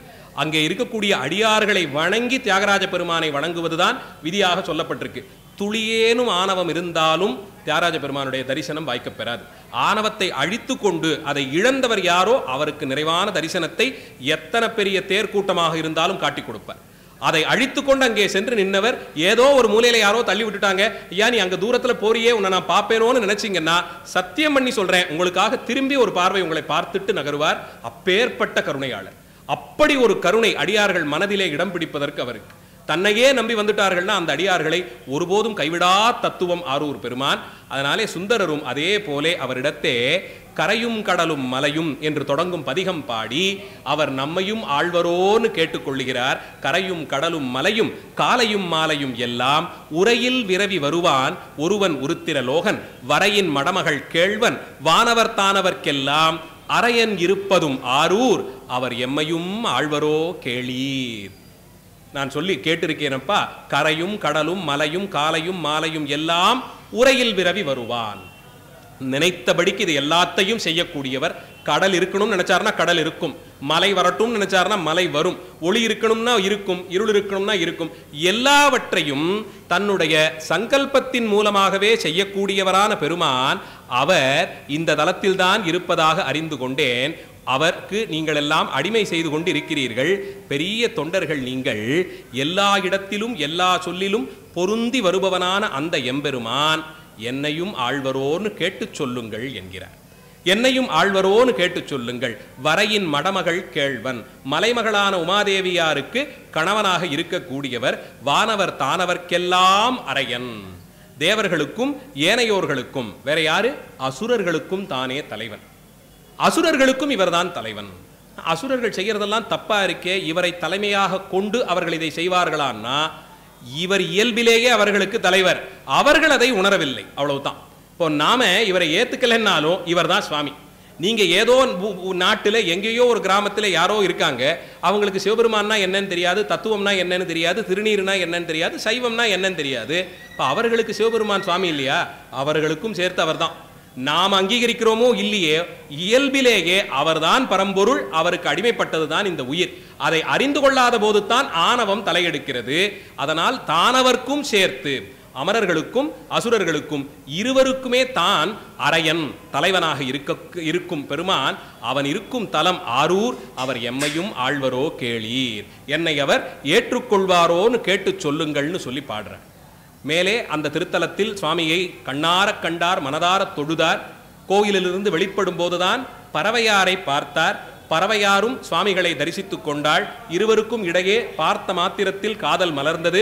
தியாகராஜ பெருமான் அடியார்கள் கனவில் தோன்றி இவர்கள் இருவருக்குமான திருக்கல்யாண வைபவத்தை நடத்தி வைக்கும்படியாக சொல்லிவிட்டார். இருவருக்கும் திருக்கல்யாணம் செய்து வைக்கப்பட்டது. பறவையாரும் சுவாமிகளும் அங்கே ஒரு திருமாளிகை அமைத்துக் கொண்டு திருவாரூரிலே தங்கி நாள்தோறும் அடியார் பெருமக்களுக்கு அன்னம் பாலிப்பு செய்து கொண்டு நாள்தோறும் புற்றிடம் கொண்ட நாயகரை தரிசனம் செய்து கொண்டு இருந்தார்கள். ஒரு நாள் சுந்தரர் பறவையார் வீட்டிலிருந்து புறப்பட்டு சுவாமி தரிசனத்திற்காக தெற்கு கோபுரத்தின் வழியே புகுந்து வேக வேகமாக நேரம் தாழ்ந்துட்டுதோன்னு சுவாமி தரிசனத்துக்கு ஓடணும்னு ஓடினார். நாம் என்ன சொல்லிட்டு இருக்கோம்? முதல் நாள்லேருந்து திருவாரூருக்குள்ளே எந்த கோபுரத்தின் வழியே நுழைந்தாலும் தேவாசிரியன் திருக்காவனமாகிற ஆயிரங்கால் மண்டபத்தை விழுந்து வணங்கி தொழுது தான் மேலே போகணும். அதற்கு சுந்தரரும் விலக்கில்லை. நம் தொண்டன்னு சொல்லி சுவாமி சொல்லியிருக்கார். அவர் கூட இவருக்கு விலக்கில்லை. ஆனால் என்ன பண்ணினார்? சுவாமியை தரிசிக்க வேண்டிய அவசரத்திலே தேவாசிரியன் மண்டபத்தில் இருந்த அடியார்களை கணிசியாது இவர் நகர்ந்து போனார். அந்த அடியார்களுக்குள்ளே ஒருவர் இருந்தார். விரன்மிண்டர் என்று அவருக்கு பெயர். மகா கோபக்காரர். பார்த்தார், இத்தனை அடியார்கள் இங்கே இருக்கும் போது இவர்களை நீங்கள் வணங்காமல் செல்வதோன்னு சொல்லி ஒரு கம்பு எடுத்துக்கிட்டு துரத்தினார். சுந்தரரும் ஓடி ஒளிய பார்த்தார். போய் சாமி சன்னதியில பூந்துட்டார். தியாகராஜா நீ தான் அபயம்னு நின்னார். இப்ப நான் என்ன பண்ணிட்டேன், இவர் என்ன துரத்திக்கிட்டு வராருன்னா, நம்மை பார்க்க வருவதற்கு முன்பாக நம் அடியார்களை தொழ வேண்டுமே சுந்தரா, அதை மறக்கலாமா நீ? அது தவறாச்சேன்னாரா. யார் இவர்கள் எனக்கு தெரியலையே, நான் என்னவாக இவர்களை துதிப்பது அப்படின்னா, ஒன்னு பண்ணு, நீ பண்ணினதுக்காக வேண்டி அவர்கள் பெருமையை ஒரு முறை உன் வாயால் பாடிவிடு, அவர்கள் மன்னித்து விடுவார்கள்னார். யாரையுமே எனக்கு என்ன அடியார், யார் எந்த ஊரு என்ன பேரு எதுவும் தெரியாதேன்னார்.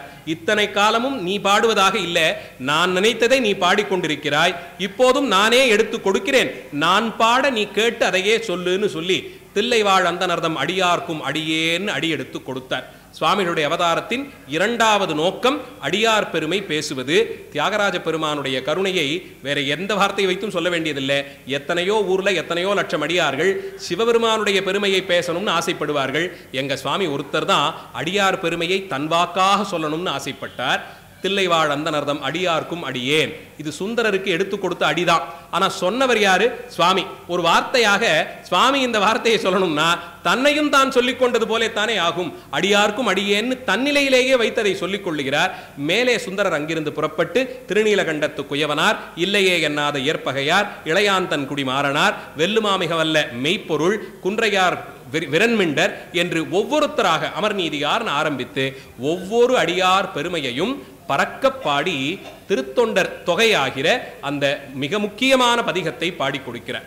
எந்த பதிகத்தை, ஏதாவது ஒரே ஒரு பதிகம் ஒரு நாள் பொழுதுக்கு சொல்லுங்கன்னா மறவாமல் பாராயணம் செய்ய வேண்டியது இந்த பதிகத்தை கொள்ளலாம். அருள் நிச்சயமாக கிடைக்கும். அடியாரை தோத்திரம் செய்யக்கூடிய இந்த ஒரு பதிகத்தை ஏனும் பாராயணம் பண்ணினீர்கள் என்னால் இறைவன் அடியார்களை வணங்கினால் அங்கே தான் மகிழ்வோடு எழுந்தருள்வார், வந்து சேர்ந்து விடுவார். அத்தனை சிறப்புடைய பதிகம். ஆனதரையும் அதை சொல்லலாம். அங்கே தங்கி இருந்த காலத்திலே இன்னும் பல பல தலங்களுக்கெல்லாம் போறார். பல்வேறு யாத்திரைகள் மேற்கொண்டார். திருமுதுகுன்றம் திருத்தலத்திற்கு வந்தார். அங்கே பெருமானிடத்தே நமக்கு பொன் வேண்டும்னு கேட்டார். சுந்தரர் மட்டும்தான் போன பல தலங்கள்லையும் தவறாது பொன்னும் மணியும் பட்டும் ஆபரணமும் கேட்பார். இப்படி நேரடியாக கேட்டதாகவே ஒரு 6-7 பதிகங்கள் கிடைக்கும் நமக்கு. இதை போய் சுவாமி கிட்ட கேட்பார். எனக்கு பொன் வேண்டும், பொருள் வேண்டும், காசு வேண்டும், கூரை வேண்டும், ஆபரணம் வேண்டும்னு கேட்பார். இதை பார்க்கும்போது இவருக்கா இதெல்லாம் தேவை, எதற்காக இதையெல்லாம் கேட்கிறார்னா அத்தனையும் கொண்டு போய் ஆரூரிலே வைத்திருந்து வரக்கூடிய அடியார்கள் எல்லோருக்கும் அன்னம் பாலிப்பு செய்வார். தவறாது அன்னம் பாலிப்பு குறைவில்லாமல் நடக்க வேண்டும் என்பதினாலே இதையெல்லாம் கேட்டு கேட்டு பெற்றார். அதுபோலே முதுகுன்றத்திலே இருக்கக்கூடிய பெருமானிடத்தையும் பொன் வேண்டி பாடினார். சுவாமியும் கொடுத்தார். அளவு ரொம்ப நிறையவா இருக்கு, இதை சுமந்து கொண்டு எல்லா தலங்களுக்கும் என்னால் யாத்திரை பண்ண முடியாது, அதனால இங்க ஓடிக்கிட்டு இருக்கிற மணிமுத்தாத்துல இதை விட்டுடுறேன், திருவாரூர் கமலாலய குளத்துல கொண்டாந்து இதை நீங்க சேர்த்துடுங்க, நான் அங்க வாங்கிக்கிறேன். இவ்வளவு மாறுபட்டதாக ஒரு தொடர்பு எப்படி வாய்த்திருக்கும்னு தெரியல. ஆத்திலே விட்டு குளத்திலே தேடுவதுங்கிற பழமொழி இங்க இருந்து தான் வந்தது. மணிமுத்து ஆத்துல போட்டுட்டார். நான் போடும்போது ஜாக்கிரதையா என்ன பண்ணார், மச்ச பொன் என்று சொல்லுவார்கள். இந்த பொண்ணெல்லாம் கைமாத்தி கொடுக்கும் போது அந்த ஊர்ல காசு கொடுத்துருப்போம், அதுக்கான பொண்ணை வேற ஊர்ல நாம வாங்கிக்கிறோம். இதுதானா அந்த பொன், உண்மையாகவே அதுதானான்னு பார்க்கறதுக்கு அதுல இருந்து சின்னதா ஒரு பகுதியை கிள்ளி எடுத்துக்கொள்வார்கள். அதை உரசினா அந்த பொண்ணுக்குன்னு ஒரு நிறம் வரும். இந்த உரைக்கல்ல வச்சு உரைப்போம் இல்லையா, எத்தனை மாற்று தங்கம்னு சொல்லுவோமே, அந்த மாற்று தெரிஞ்சிடும். அங்க போய் முழுமையான அந்த பொன் கிடைத்த பிறகு அதோடு உரசி பார்த்தா அதே தான் வந்திருக்கு, வழியில யாரும் மாத்திடல, கலப்படம் பண்ணலன்னு உறுதிப்படுத்திக்கலாம். அந்த மாதிரி கிள்ளி எடுத்துக்கொள்ளும் பொண்ணுக்கு மச்ச பொன் என்று பெயர். சுந்தரர் ஜாக்கிரதையா என்ன பண்ணார், இவர் ஆத்துல விடுறதுக்கு முன்னாடி கொஞ்சமேனும் அந்த மச்ச பொன்னை கிள்ளி இடுப்புல முடிச்சுக்கிட்டார். ஆகட்டும், இப்ப விட்டுடுங்கோ, நான் அங்கே இருந்து எல்லா தலத்தையும் தரிசனம் பண்ணி முடிச்சுட்டு திருவாரூருக்கு போயிட்டு கமலாலயத்துல எடுத்துக்கிறேன்னாராம். சுவாமி நல்லபடியா ஆகட்டும்னு பூதகணங்களை மணிமுத்தாத்திலே விட சொன்னார். கட்டி கட்டியாக அந்த பொன் மூட்டைகள் மணிமுத்தாத்திலே விடப்பட்டது. எங்க? விருத்தாச்சலத்துல. அப்புறம் சுவாமிகள் புறப்பட்டு தில்லை தொடக்கமாக இன்னும் பல தலங்களையும் தரிசனம் செய்து கொண்டு திருவாரூருக்கு வந்தார். நேரா ஓடி கோயிலுக்குள்ள போனார். தியாகராஜ பெருமானை வணங்கினார். புற்றிடம் கொண்டாருக்கு நன்றி சொன்னார். பறவையின் நாச்சியாருடைய திருமாளிகைக்கு வந்தார். தல யாத்திரையெல்லாம் நல்லபடியா முடிஞ்சதா? ரொம்ப நல்லா நடந்தது. பல அற்புதங்கள் நடந்தது. விருத்தாச்சலம் சுவாமி கிட்ட நிறைய பொன் கேட்டேன், கொள்ள கொள்ள எல்லாத்தையும் கொடுத்துட்டார், குறையில்லாமல் கொடுத்துட்டாருன்னா. பறவையார் சுத்தி முத்தி பார்த்தா அவ்வளவு பொண்ணா மூட்டை மூட்டையா வந்திருக்கணுமே, எதுவும் வரலையே, பின்னாடி வண்டியில வருதான்னார். நம்மகிட்ட எது வண்டி எல்லாம்? அதெல்லாம் இல்லை, நான் சுவாமி கிட்டே சொல்லி கமலாலய குளத்துல கிடைச்சிரும்படியா செய்ய சொன்னேன்னாராம். விருத்தாச்சலத்துல வாங்கின பொன்னை கமலாலய குளத்துல எப்படி எடுப்பீங்கன்னா, இல்ல அங்க ஒரு ஆறு இருக்கே மணிமுத்தாறு, அதுல போட்டுடுங்க, நான் கமலாலயத்துல எடுத்துக்கிறேன்னாரா. பறவையார் சிரித்து விட்டாளாம். இது என்ன பழக்கம் இது? அவர்தான் சொன்னார்னா நீங்களும் அதை நம்பினீர்களா? ஆத்திலே போட்டதை யாராவது குளத்திலே அள்ளி எடுக்க முடியுமான்னு சிரித்தாராம். அப்படியெல்லாம் சொல்லாதே, சுவாமி சொன்ன வாக்கு, ஒரு காலத்திலும் அது மாறி போக முடியாதுன்னாராம். சரி வாங்க, வந்தாச்சே, போய் கமலாலயத்திலேருந்து எடுத்துட்டு வந்துருவோன்னு நாச்சியார் கூப்பிட சுவாமிகளும் புறப்பட்டு போனார். தியாகராஜாவை தரிசனம் பண்ணிட்டு புறப்பட்டு போனார். இந்த செய்தி ஊரெல்லாம் பரவியது. அப்படியே ஆத்துல விட்டதை ஒருத்தர் குளத்துல எடுக்க போறாராம். விருத்தாச்சலத்துல விட்ட பொன் கமலாலய குளத்திலே கிடைக்க போகுதான். இந்த அதிசயத்தை எல்லோரும் பார்ப்போம்னு வேடிக்கையாக நம்பிக்கை இல்லாது கிண்டலடித்துக் கொண்டு பெரிய கூட்டம் ஒன்று வந்ததாம். கமலாலய குளக்கரைக்கு போனார். தியாகராஜாவை மனசுல வேண்டிக்கிட்டார். தென் வடமேற்கு மூலையிலே, வடகிழக்கு மூலையிலே உள்ள இறங்குறார் சுவாமி. அது வடமேற்கு மூலை, அது ஈசான்ய பாகம்னு சொல்லக்கூடிய வடகிழக்கு திக்கு. அந்த ஈசான்ய திக்கிலே இறங்குறார். இன்னைக்கும் அங்கே போனோம்னா அந்த மூலையில தான் மாற்றுரைத்த பிள்ளையார்னு ஒரு பிள்ளையார் உட்கார்ந்து இருப்பார். அந்த கரையில தான் இறங்குறார் சுவாமிகள். விட்டு அங்கே ஆத்துல கிடைக்கணுமே, கீழே தண்ணியில விட்டு கையால் அலத்தி பார்க்கிறார். ஒன்னும் தட்டுப்படுற மாதிரி தெரியல. சுத்தி இருந்தவர்களுக்கெல்லாம் வேடிக்கையாய் போயிட்டு, என்ன ஆச்சு நம்ம சுவாமிக்கு, எவ்வளவு தமிழ் பாடுவார், எவ்வளவு நம்மளெல்லாம் உபசரிப்பார், என்னமோ ஆயிட்டது போலும். பாவம் சாமி தான் சொன்னார்னா இவரும் நம்புவாராத, கமலாலயத்துல கிடைக்கிறதுக்கு எங்கேயோ விட்டது இங்க எப்படி கிடைக்கும், இவ்வளவு பெரிய குளத்துல இங்க போட்டாலே மறுபடியும் எடுக்கிறது கஷ்டம், இதை ஏதோ ஒரு ஆத்திலே விட்டு இங்க எடுக்க முடியுமான்னு சிரித்தார்களாம். சுவாமி பார்த்தார், கொஞ்சம் திடுக்குன்னு நிச்சான். உன்னை நம்பி எல்லார்ட்டையும் சொல்லிட்டேன், அங்க வாங்கின பொன்னை விட்டு விட்டேன், இந்த மச்ச பொன் என் இடுப்புல முடிஞ்சு கொண்டிருக்கிறேன், இங்க வந்த பொன் எனக்கு வந்து சேரணும், நீ கொடுப்பேன்னு சொல்லியிருக்க, வார்த்தை தப்பக்கூடாதுன்னு பார்த்தாராம். பொன் செய்த மேனியினீர்னு பாடத் தொடங்கினார். நீ கொடுத்த பொண்ணெல்லாம் பத்தி எனக்கு தெரியல, உன் திருவுருவமே நல்ல சுட்ட பொன்னிறத்தில் தானே இருப்ப, நீ சொன்ன வாக்கும் அதன்படியே இருக்கணும், தயவு செய்து அதை கொடுத்து விடுங்கள். பொன் செய்த மேனியினீர் புலி தோலை அரைக்கசித்தீர், முன் செய்து மூவியிலும் எரி தீர்த்து முதுகுன்றமர்ந்தீர், மின் செய்த நுண்ணிடையாள் பறவை இவள் தன்முகப்பே, என் செய்தவார் அடிகேள் அடியேன் இட்டு அளம் கொள்ளவே. பொன் செய்த மேனியினீர்னு ஆரம்பித்தார். இப்படி தகதகான்னு மின்னக்கூடிய சுட்ட பொன்னிறத்தில் இருக்கும் பெருமானே, அதே பொன்னிறத்திலான புலித்தோலை அரைக்கசைத்து உடுத்தி இருப்பவரான பெருமானே, முன்றொரு நாள் முப்புறங்களையும் நொடிப்பொழுதில் ஒரே சூலத்தால் எரித்து முடித்தவராயித்தே, நீர் செய்யக்கூடாத அற்புதங்கள் ஏதாவது இருக்க முடியுமா, செய்ய முடியாத அற்புதங்கள் ஏதாவது இருக்க முடியுமா? இங்க பாரு, நான் சொல்லிட்டேன். பறவை நின்று இங்கே சிரித்து கொண்டு நிற்கிறாள். மின் செய்த நுண்ணிடையாள் பறவை இவள் தன்முகப்பே, சிரித்து கொண்டிருக்கிறாள், அந்த நிலைக்கு என்னை தள்ளிவிடாதே. நாச்சியார் அங்கிருந்து பார்த்து கொண்டிருந்தாளாம். இது என்ன விளையாட்டுது, அவர் சொன்னாராம், இவர் கேட்டாராம், ஆத்தில் விட்டாராம், குளத்தில் எடுப்பதான்னா சிரித்து கொண்டு நின்றாளாம். பறவை இவள் தன்முகப்பே, என் செய்தவார் அடிகள், என்ன செய்வீரோ எனக்கு தெரியாது, இப்ப நான் இங்க கையை விட்டு அளத்துவேன், இந்த தண்ணீர்ல எனக்கு பொன் கிடைக்கணும், அவ்வளவுதான், நான் செய்யறதுக்கு நீங்க இதைத்தான் தோதா செய்யணும்னுட்ட, நீங்க தானே கிடைக்கும்னு சொன்ன, இப்ப நான் கையை விட்டு உள்ளே அலறப்போகிறேன், அலத்திய என் கைக்கு அந்த தங்கம் கிடைக்க வேண்டும்னு பாடினாராம். பாடிக்கொண்டே வந்த வேளையிலேயே கிடைத்து விட்டது. ஊரார் அதிசயித்தார்களாம். இடுப்பிலே வைத்திருந்த மச்ச பொன்னை உரசி பார்த்தால் அதே தங்கம் தான், மாற்று குறையல, கலப்படம் இல்லை, எடுத்துக்கொண்டு வந்து சேர்ந்தார். இப்படி தியாகராஜ பெருமான் இவருக்கு செய்த மற்றொரு லீலை அது. அந்த லீலைக்கும் ஆட்பட்டு அங்கிருந்து புறப்பட்டு இவர் இன்னும் பல தலங்களை எல்லாம் தரிசித்துக் கொண்டு பல யாத்திரை சுவாமிகள் செய்தது தான். சுந்தரமூர்த்தி சுவாமிகள் தான் அதிகப்படியான யாத்திரைகளை திருவாரூரில் இருந்து கொண்டே செய்தார். மற்றவர்கள்லாம் திருவாரூரை நடுவே தரிசித்துக் கொண்டு எழுந்தருளினார்கள். சுந்தரமூர்த்தி சுவாமிகள் மட்டும்தான் திருவாரூரில் தங்கி தங்கி அங்கிருந்து புறப்பட்டு போய் மேலே இன்னும் சேரமானார் வந்த பிறகு அவர் கேரள தேசத்திலிருந்து வந்தவர் பாண்டி நாட்டு தலங்களை எல்லாம் தரிசனம் பண்ணணும்னு சொன்னார். அந்த காலத்தில் இதுதான் வழக்கம். நம்மால எல்லா ஊருக்குள்ளாம் அப்போ போகிறதுக்கு போக்குவரத்து வசதி இல்லை. ஒரு கல்யாணம் கார்த்திகைன்னா வெளியூருக்கு போவோம், சொந்தக்காரங்க வீட்டில் தங்குவோம், பக்கத்தில் என்னென்ன கோயில்கள் இருக்கு ஒரு நட போய் அதையும் பார்த்துட்டு வந்துடலாம், இதுக்குன்னு நாம வரவா போறோம்னு சொல்லி அந்த காலத்திலே ஊருக்கு போனா தவறாமல் பக்கத்தில் இருக்கிற கோயிலை வலம் வந்து தரிசித்து வரக்கூடியது ஒரு வழக்கமா இருந்தது. எல்லாம் அந்த காலம். இது பலதையும் இறந்த காலத்திலேயே சொல்ற மாதிரி இருக்கும்போது தான் கொஞ்சம் பயம் வருது. இப்போ போறதுக்கு இன்னும் வசதி வந்துட்டுது. போறதுக்கு ஒரு கல்யாணத்தையும் கார்த்திகையும் எதிர்பார்த்து காத்திருக்க வேண்டிய அவசியம் இல்லை. இருந்தாலும் அது கொஞ்சம் கஷ்டம்தான். அப்படி நினைத்த மாத்திரத்திலே போவதற்கு வழக்கமே இருந்தாலும் போவதில்லைன்னு இருக்கக்கூடிய நிலையெல்லாம் மாற வேண்டும். இப்படி அங்கே இருந்த காலத்தில் தான் ஒரு நாள் திருவாரூர் பெருமானுக்கு வரக்கூடிய அடியார்களுக்கு அன்னமிடுவது சுந்தரர் செய்து வந்த வேலை. அவர்களுக்கெல்லாம் அன்னமிடுவார். அதற்கு நடுவே அவருக்கு இந்த அன்னம் பாலிப்பிற்கு உதவி செய்வதற்கு நிறைய அடியார்கள் இருந்தார்கள். அதற்கு பக்கத்திலே குண்டையூர்னு ஒரு ஊர் இருந்தது. அந்த ஊரிலே ஒரு நிலக்கிழார் இருந்தார். அவருக்கு நிறைய நிலபலம் எல்லாம் இருந்தது.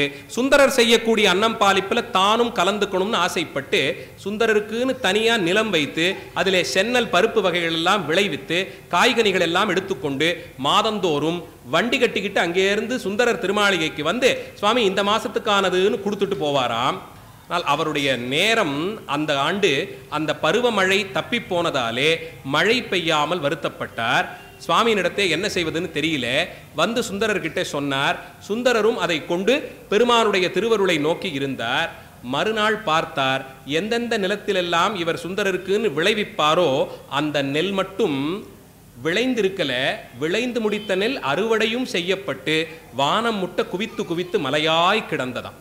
காலையில் இந்த விஷயத்தை கேள்விப்பட்டார். பதறி அடித்துக்கொண்டு திருவாரூருக்கே வந்துட்டார். சுவாமி வீட்டு திருமாளிகை கதவை தட்டினார். அம்மையார் வந்தார். சுவாமிகளை பார்க்கணும்னார். சுந்தரர் வெளிப்பட்டு வந்தார். பார்த்தவர் திருவடியிலே விழுந்து வணங்கி, ஐயாவும் பெருமையே பெருமை, என்னே அற்புதம், உங்களுக்கு கொடுப்பதற்கு நெல் இல்லையேன்னு நான் மனம் வருந்தியதுதான் தாமதம். சுவாமி நெல்லை விதைத்து அவரே வளர்த்து நீர் பாய்ச்சி களையெல்லாம் பிடுங்கி அறுவடை செய்து அங்கே உதுத்து வச்சிருக்கார். வாருங்கள் அந்த அதிசயத்தை பாருங்கள்னு கூப்பிட்டார். சுந்தரர் புறப்பட்டு அங்கிருந்து குண்டையூருக்கு போனார். தான் மலமலையாக குவிந்து கிடந்தது. என்ன செய்தர்னு பார்த்தார். சரி நெல் வந்துடுச்சு, ஆனால் இதெல்லாம் திருவாரூருக்கு வந்து சேரணுமே, இவ்வளவு நெல்லையும் சுமந்து கொண்டு போகிறதுக்கு நம்மகிட்ட வண்டி சட்டத்துக்கு கூட காசு இல்லையே, எதை செய்து எப்படி இதை ஏற்பாடு பண்ணுறதுன்னு தெரியல. பார்த்தார் சுந்தரர். பக்கத்தில் என்ன கோயில் இருக்குன்னார். திருக்குவளை திருத்தலம் பக்கத்தில் இருக்கு. ஞானசம்பந்தர் அப்பர் பெருமான்லாம் பாடிய தலம், வாங்க போலான்னு கூட்டிட்டு போயிட்டார். குண்டையூர் கிழாரும் சுவாமியும் போனார். ஏதோ நெல் வேணும்னு கேட்டு பாடினா பரவாயில்ல, நெல்லை தான் கொடுத்தாச்சே இன்னும் என்ன கேட்கிறாய்னா, நெல்லை கொடுத்துட்டா அதை திருவாரூருக்கு சுமந்து போகிறது யாரு? அதற்கும் நீ தான் ஏற்பாடு பண்ணணும். இதுதான் கொடுத்ததுக்கும் கொடுத்து அதை சுமந்து கொண்டு வந்து செய்வதும் இவருடைய பணியாம். பார்த்தார். அங்கே நீள நினைந்தடியேன்னு ஒரு பதிகம் பாடினார். நீள நினைந்தடியேன் உன்னை நித்தலும் கைதொழுவேன், வாழன் கண் மடவாள் அவள் வாடி வருந்தாமே, கோழிலி எம்பெருமான் குண்டையூர் சில நெல்லு பெற்றேன். வரக்கூடிய அடியார்களுக்கு அன்னமிட முடியாதோன்னு பறவையார் வருந்தக்கூடாதுன்னு நீ நெல் நிறைய கொடுத்துட்ட. திருக்குவளை பெருமானே, குண்டையூரிலே நிறைய அள்ள அள்ள குறையாமல் நெல்மலையாக குவித்து விட்டாய். ஆனால் ஆளிலை எம்பெருமான் அவை அட்டித்தரப் பணியேன்னு கேட்டார். சுமந்து கொண்டு போறதுக்கு சுமக்கூலி கொடுத்து பெறுவதற்கு ஆட்கள் இல்லை. நெல்லை கொடுத்ததையும் கொடுத்த, அதோடு அதை கொஞ்சம் சுமந்து கொண்டு வந்து திருவாரூரிலே விட்டு விடேன்னு சொல்லி அதையும் பெருமானிடத்தேயே கேட்டு பெற்றார். இவரை போலே ஒரு உரிமையோடு பெருமானிடத்தே பழகக்கூடிய நிலையெல்லாம் யாருக்கு வாய்க்கும்? அப்படி எம்பெருமானை துதித்து முடித்தார். இது திருவாரூரில் இருந்த காலத்திலே நடந்த மற்றைய நிலையிலான அற்புதங்கள். இந்த அற்புதங்களை எல்லாம் செய்த பெருமானை வணங்கி துதித்தார். மேலே இன்னும் தலயாத்திரைகள் மேற்கொண்டு அடுத்தடுத்து தலங்களை நோக்கி போறார். திருவாரூரில் இருந்தபடியே தான் சோழ நாட்டின் ஏனைய தலங்களையும் தரிசித்தார். வரும் வழியிலே தில்லை முதலிய தலங்களை தரிசித்தார். ஒரு யாத்திரை தொண்டை நாட்டின் பக்கம் வைத்தார். திருக்கழுக்குன்றம், திருக்கச்சூர் ஆலக்கோயில், காஞ்சிபுரத்திலே இருக்கக்கூடிய ஏனைய தலங்களை எல்லாம் பார்த்து முடித்தார். அதையெல்லாம் தரிசித்து முடித்து திரு ஒற்றியூர் திருத்தலத்திற்கு வந்து சேர்ந்தார். திருவொற்றியூரிலும் தியாகராஜ பெருமான் தான். அங்கே சங்கிலியாரை திருமணம் செய்து கொண்டார். திருமணம் செய்து கொண்டிருந்த காலத்தில் திருவாரூர் நினைப்பு அப்பதான் வருது. அது எப்படி வந்ததுன்னு சேக்கிழார் சொல்றார் தெரியுமா? பங்குனி மாதம் திருவாரூருக்கு என்று வாய்த்த மாதம். வசந்த உற்சவம் தியாகராஜ பெருமானுக்கென்றே ஏற்பட்ட உற்சவம். அதை தொடர்ந்து திருத்தேரிலே எழுந்தருளி பெருமான் ஆழித்தேர் வித்தகராக காட்சி கொடுக்கக்கூடிய உற்சவ காலம். அந்த பங்குனி மாதம் வந்துடுச்சுங்கிறத சுந்தரருக்கு நினைவுபடுத்தணுமா. சுவாமி என்ன பண்ணார், பொதிகை மலையிலிருந்து புறப்பட்ட பங்குனி மாதத்திற்கு உரித்தான வாசனையும் குளிர்ச்சியும் நிறைந்த தென்றலை திருவொற்றியூர் வரைக்கும் வீச வச்சாராம். பொதிகை மலை திருநெல்வேலி பக்கத்தில் இருக்கு. அங்கே புறப்பட்டதாம் இந்த பங்குனி மாதத்திற்கான வசந்த காலத்திற்கான காற்று. அந்த காற்று இவரை திருவொற்றியூரிலே தீண்டும் அளவிற்கு கொடுத்தார். நாம சாதாரணமாக ஒரு மொட்டை மாடியில் போய் நிற்கிறோம், கொஞ்சம் குளிர்ந்த காற்று நம்மை மேலே தழுவிச்சுன்னா இப்போதான் கொஞ்சம் ஆசை இருக்குது, கொஞ்சம் சௌக்கியமா இருக்கே இதுன்னு நினைச்சுப்போம். இது நல்லா இருக்கேன்னு கொஞ்சம் ஆஸ்வாசப்படுத்தி கொள்வோம். குளிர்ந்த காற்று சுவாமி மேலே பட்ட போது இது வசந்த கால காற்று போதே, இப்போ வசந்த காலம் வந்து விட்டதோ, திருவாரூரிலே வசந்தன் திருநாள் தொடங்கி விடுமே, உடனடியாக ஆரூருக்கு புறப்படணும்னு நினைச்சார். இதுதான் சுந்தரருடைய குணம். அவர் வாசமான சந்தனம் வேணும்னு கேட்பார். அரைச்சு கொண்டு போய் கொடுத்தோம்னா அதை நுகர்ந்து பார்த்துட்டு தியாகராஜ பெருமான் திருமேனியிலும் இதே வாசம்தான் வரும்னு சொல்லி ஏற்றுப்பார். நல்ல அறுசுவை உண்டி கொடுத்தால் அதை உண்டு முடித்து பெருமானுடைய திருநாமத்தை சொல்லும் போது எப்படி தித்திக்குமோ அதுபோலே தித்திக்கும்னு நினைத்துக் கொள்வார்களாம். அவர்கள் புலன்களுக்கு கிடைக்கக்கூடிய அத்தனை இன்பத்தையும் இறைவனுடையதாக பார்ப்பார்கள். வண்ண வண்ண காட்சிகளை எல்லாம், இயற்கை காட்சிகளை எல்லாம் பார்த்தால் இறைவன் ஒவ்வொன்றிலும் இருப்பதால் தானே இது இத்தனை அழகாக இருக்குன்னு நினைத்துக் கொள்வார்களாம். அதனால் தான் இவர்கள் நாவிலே பாடல் பெற்ற தலங்களில் இருக்கக்கூடிய மரம், செடி, கொடி, குளம், குட்டை, நீர், நதி, அங்கே இருக்கக்கூடிய குழந்தைகள், பெண்கள், பணி செய்யக்கூடியவர்கள், உழவர்கள், ஒருத்தரெல்லாம் அத்தனை பேரும் அதில் இடம் பெற்றிருக்கிறார்கள் என்றால் அவர்களுக்குள்ளே இருக்கக்கூடிய இறைவனை பார்க்கும் நிலையில் இவர்கள் இருந்தார்கள். இறைவனுடைய தன்மை அவர்களுக்குள்ளே கலந்திருப்பதை பாடியாலே அங்கங்கே வீதிகளை எல்லாம் பாடுகிறார்கள். வாய்க்கால் வரப்பெல்லாம் பாடியிருக்காங்க பல தலங்கள்ல. திருவான்மியூர் தலத்தை எடுத்துக்கிட்டீங்கன்னா அந்த கடற்கரையே பாடுறாங்க. பாடல் பெற்ற கடற்கரைன்னு சொல்லலாம். தலம் மட்டும் இல்லை, இவர்கள் வாயிலே பட்டெழுந்தவைகள் எல்லாம் பாடல் பெற்ற சிறப்பு இல்லையா? அப்போ அடியார்களுக்கு உச்சிதமானது பாடல் பெற்ற தலங்களிலே இருப்பது. ஏன்னா அங்கே இருக்கக்கூடிய விஷயங்களைத்தான் இவர்கள் பாடி அருளிய சிறப்பு அதற்கு இருக்கு. அப்பேற்பட்ட நிலையிலிருந்து இவரும் பல தலங்களையும் தரிசித்துக் கொண்டு திரு ஒற்றியூரில் இருக்கும் காலத்திலே வசந்த கால காற்று மேலே தழுவியவுடன் பார்த்தார், ஆஹா இது வசந்த கால காற்று, இது பெருமானுடைய வசந்த உற்சவத்தை நினைவுபடுத்தும் விதமாக இருக்கிறதேன்னு நினைத்து கொண்டவர் உடனடியாகத்தான் திருவாரூருக்கு போகணும்னு அந்த நிலையிலே நினைத்து கொண்டார். இப்போது புறப்பட்டு திருவாரூருக்கு போகணும்னு நினைத்தார். புறப்பட்டவர் சங்கிலியாருக்கு செய்து கொடுத்த இந்த சத்தியத்தை மறந்தார். அதிலிருந்து நகர்ந்து போகணும்னு சொல்லி எல்லாம் பண்ணல. சுவாமிக்கு தியாகராஜ பெருமானுடைய நினைவு வந்த மாத்திரத்தில் மற்றவை எல்லாம் மறந்து விட்டது. அதனால் புறப்பட்டார். திருவொற்றியூர் எல்லையை தாண்டியவுடன் அவருடைய 2 கண்களும் ஒளியிழக்கும்படியாக பெருமான் செய்தார். கண்ணில்லாத நிலையிலேயே திருமுல்லைவாயில் தலத்திற்கு போய் அங்கே இந்த நிலையெல்லாம் எடுத்துச் சொல்லி திருப்பாட்டு பாடி மேலே பல தலங்களையும் தரிசித்துக் கொண்டு திருவெண்பாக்கம் தலத்திற்கு போறார். அங்கே கண் கேட்டு பாடினால் சுவாமி கைக்கு கோல் கொடுத்தார். அந்த கை கோலை பெற்றுக்கொண்டு கச்சி ஏகம்பத்திற்கு வந்தார். காமாட்சி அம்பிகையை பாடினார். கச்சி ஏகாம்பரநாத பெருமானை தரிசித்த போது அம்பிகையின் அருள் வெள்ளம் இடக்கண் பார்வை பெறப்பெற்றார். ஆலந்தானுகந்து அமுது செய்தானை பதிகத்தை பாடி அவனை காண கண் அடியேன் பெற்றவாறேன்னு அந்த பதிகத்திலேயே வைத்து சொல்லிவிட்டார். அங்கே பெருமானை பாடுவதற்கு ஒரு கண் பெற்றேன்னு சொல்லி சிறப்பை அந்த இடத்திலே கொடுத்துடுறார். இப்படியெல்லாம் தரிசித்துக் கொண்டு இன்னும் பல தலங்களுக்கு ஒற்றை கண்ணோடேயே போய் பல தலங்களையும் பாடி முடித்த சுவாமிகள் அங்கிருந்தும் புறப்படுகிறார். செல்லும் வழியிலே இருந்த ஏனைய தலங்களை தரிசிக்கிறார். கச்சி ஏகம்பத்திற்கு பிறகு சோழ நாட்டிற்குள்ளே வருகிறார். சோழ நாட்டிற்குள் வந்த பெருந்தகையாளர் அந்த நாட்டின் கண் இருக்கக்கூடிய முக்கிய தலங்களை எல்லாம் தரிசித்து முடித்து நடுநாட்டிலேயே திரு ஆமாத்தூர் முதலிய தலங்களை எல்லாம் பாடி முடித்தார். அது தவிர தொண்டை நாட்டிலே திரு ஆலங்காடு தலங்களை எல்லாம் பாடியிருக்கார். நிறைவாக சோழ நாட்டிற்குள்ளே நுழைந்தவர் அங்கே திரு மயிலாடுதுறை முதலிய தலங்களை பாடுகிறார். ஆடுதுறை தலங்களை எல்லாம் பாடி முடித்து அங்கிருந்து திருவேள்விக்குடி திருத்துருத்தின்னு சொல்லப்படும் குத்தாலம் திருத்தலம் அந்த தலத்தை எல்லாம் பாடிக்கொண்டு நிறைவாக திருவாரூர் எல்லைக்கு வந்து சேர்கிறார். அங்கே குறுகுபாய கொழுங்கரும்பு புகர்ந்துன்னு சொல்லி பதிகம். இந்த பதிகம்தான் சுவாமி ஒற்றை கண்ணோடு திருவாரூரிலே பாடியது. அதற்கும் முன்பாகவே திருவாரூரை நினைந்து 2 பதிகங்கள் பாடுறார். நினைந்தபடியே 2 பதிகம் பாடுறார். அதனால் திருவாரூரில் பாடப்படலை.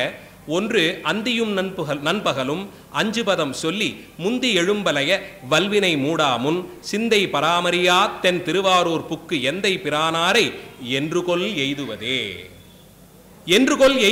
என்று நான் போய் திருவாரூரிலே பெருமானை பார்க்க போகிறேன்னு நினைத்தபடியே ஒரு பதிகம். இதெல்லாம் ஆரூருக்கு வெளியே பாடியது. நிறைவாக ஆரூர் எல்லையை அடைந்து விட்டார். ஒற்றைக்கண் பார்வையோடு அடைந்திருக்கிறார். வெளியே இருந்தபடியே பெருமானை பாடினார். குறுகு பாய கொழுங்கரும்பு புக எரிந்து குறுகு பாய அக்கொழுங்கரும்பும் புக எரிந்த சாரகுபாய பாயும் வயல் அந்தன் ஆரூரை. கரும்புகளை எல்லாம் அங்கே நல்ல செழுமையான கரும்பு விளைஞ்சிருக்கு. திருவாரூரை சுற்றி இன்னைக்கும் நிறைய கரும்பு வயல்கள் பார்க்கலாம். அதையெல்லாம் ஆலையிலே நெரித்து போகும்படியாக இயந்திரத்தில் பொருத்தி அதிலிருந்து சாறு எடுத்து அந்த சாறு அருகு போலே ஒரு புல் போலே மெலிதான சாராக அது பாய்ந்து வரக்கூடிய வயல்களை உடைய. கரும்பிலிருந்து சாறு எடுக்கிறதுக்கு ஆலைக்கு அனுப்பினா வயல்ல எப்படி இந்த கரும்பு பாயும்? அது எப்படி அங்கே வரக்கூடியதாக இருக்கும்? வயல்ல விளைந்த கரும்புகளுக்கு நடுவே குருகுகள் பாய்ந்தன. குருகுன்னா ஒரு பறவை. அந்த பறவை கரும்பு காட்டுக்குள்ளே புகுந்தது. காட்டுக்குள்ள பறவைகள் புகுந்தால் பாதுகாக்கலுக்கு இருக்கவங்க என்ன பண்ணுவாங்க? அடித்து விரட்டுவார்கள். அந்த பறவைகள்லாம் வந்துட்டுதுன்னா கொத்திட்டு போயிடும்னு விரட்டுவார்கள். இங்கே பறிப்பதற்கால் இல்லாமல் கரும்பு இருந்துதான். பயன் இருந்தா தானே. அவ்வளவு கரும்பு அதிகப்படியா இருந்துதான். சரி, ஒரு குருகுதானே சாப்பிடட்டும்னு விட்டுட்டாங்களாம். உள்ளே வந்த குருகு அது அந்த கரும்பு காட்டிற்குள் நுழைந்து கரும்பு சாறு வெளிப்படும்படியாக கொத்தி கொத்தி அந்த கரும்பு தண்டுகளை எல்லாம் நெருக்கியதாம். நெருக்கிய வேகத்திலே நல்ல செழுமையான தண்டு இல்லை, அதுல இருந்த சாறு பிழிந்தா 4 சொட்டு வரணும்ட்டு இல்லை, அதிலிருந்து ஏதோ திறந்து விட்டால் பழுப்பிலிருந்து வருவது போலே ஒரு நேர்கோடாக சாறு போலே தண்ணீர் வந்து கொண்டே இருந்தான். குழாயிலிருந்து தண்ணீர் வருவது போலே இந்த கரும்பை நெரித்தால் தொடர்ந்து அதிலிருந்து சாறு வந்துதாம். வந்த சாறு வயலில் இருந்த தண்ணீரில் எல்லாம் கலக்க நல்ல இனிப்பான தண்ணீருடைய வயல்களாக வயல்வெளிகளாக திருவாரூர் வயல்வெளிகள் மாறியதாம். இவ்வளவு தூரத்திற்கு ஒரு பெரிய காட்சியை பார்க்கிறார். குறுகு பாய கொழும் கரும்பு புக நெறிந்து சார் அருகுபாயும் வயல். அதிலிருந்து வரும் சாரானது அருகு போலே பாயக்கூடிய வயல் அந்தன் ஆரூர். குளிர்ந்த திருவாரூர் ஆகிற தலம் பருகுமாறும் பணிந்தேத்த நாரும் நினைந்துருகு மாறும் இவை உணர்த்த வல்லீர்களே. இவரை பணிய வேண்டும் என்றும் இவரை எப்போதும் நினைந்து உருக வேண்டும் என்று அவருக்கு நான் ஆசைப்படுவதை சொல்லுங்கள்ங்கிறார். மீண்டும் ஒரு முறை அடியார்களை முன்னிட்டு அவரை நான் வணங்க வேண்டும், எப்போதும் அவர் பால் ஈடுபாடோடு இருக்க வேண்டும், அவரை காதலிக்க வேண்டும்ங்கிற ஆசையோடு இருக்கும் சுந்தரன் வந்திருக்கிறேன், அதை அவருக்கு சொல்லுங்களேன்னாரா. காரணம் என்ன? கோபம், கண் பார்வை இன்னும் தரல. ஒருவேளை சுவாமிகள் திருவாரூர் எல்லையை அடைந்தால் கிடைத்திரும் நினைத்து கொண்டிருந்தாரோ என்னமோ தெரியல. எல்லைக்கும் வந்தாச்சு, இன்னும் கண் பார்வை கிடைக்கலன்னு போது வருந்தி மற்றவர்கிட்ட சொன்னாராம், எனக்கு வேற ஒன்றும் தேவையில்லை, வேற ஒன்றும் ஆசை இல்லை, அவரை காதலிக்க வேண்டும், அவரிடத்தை அன்பு செய்ய வேண்டும், அவரை எப்போதும் நினைந்திருக்க வேண்டும் என்பதுதான் என் ஆசை, அதை எடுத்து சொல்லுங்களேன்னு அடியார்கள் கிட்டே கேட்டுக்கொண்டார். மேலே ஊருக்குள்ளே நுழைந்தார். வீதிகளை வலமாக வந்தார். கோயிலுக்குள்ளே போவதற்கு முன்பாக திருவாரூர் தலத்தில்தான் ஒரு 100 மீட்டர் இடைவேளைக்குள்ள 3 பாடல் பெற்ற தலங்கள் உண்டு. மூலட்டானத்திலே தியாகராஜ பெருமான் வீற்றிருப்பார், புற்றிடம் கொண்டார், அது ஒரு திருத்தலம். அதுக்கு அடுத்த பிராகாரத்திலேயே ஆரூர் அறநெறி என்ற பெயரிலே 2வதாக ஒரு பாடல் பெற்ற ஸ்தலம். ஒரு பிரம்மாண்டமான சந்நிதி போலத்தான் இருக்கும், ஆனால் அது தனி கோயிலாக கணக்கு. அதற்கு ஒரு பாடல் பெற்ற ஸ்தலம். கோயிலை விட்டு வெளியே வந்து ஒரு 50 அடி நடந்தால் தேரடிக்கு பக்கத்திலேயே தூவாய்நாதர் திருக்கோயில் என்ற பெயரிலே அடுத்த ஒரு பாடல் பெற்ற ஸ்தலம். அதற்கு பறவையுன் மண்டலி என்று பெயர். மண்ணால் ஆன தளியாக இருந்திருக்கணும். அந்த காலத்திலே மணற்கற்கள்னு சொல்லுவாங்க, அந்த கல்லால் கட்டப்பட்டிருக்கணும், அதனாலே மண் தளி என்று பெயர். தளினா கோயில், கர்த்தளின்னா கல்லாலான கோயில், அதுபோல இது மண்டலி என்று அழைக்கப்படுகிறது. அந்த திருத்தலத்திற்கு தான் வந்தார்.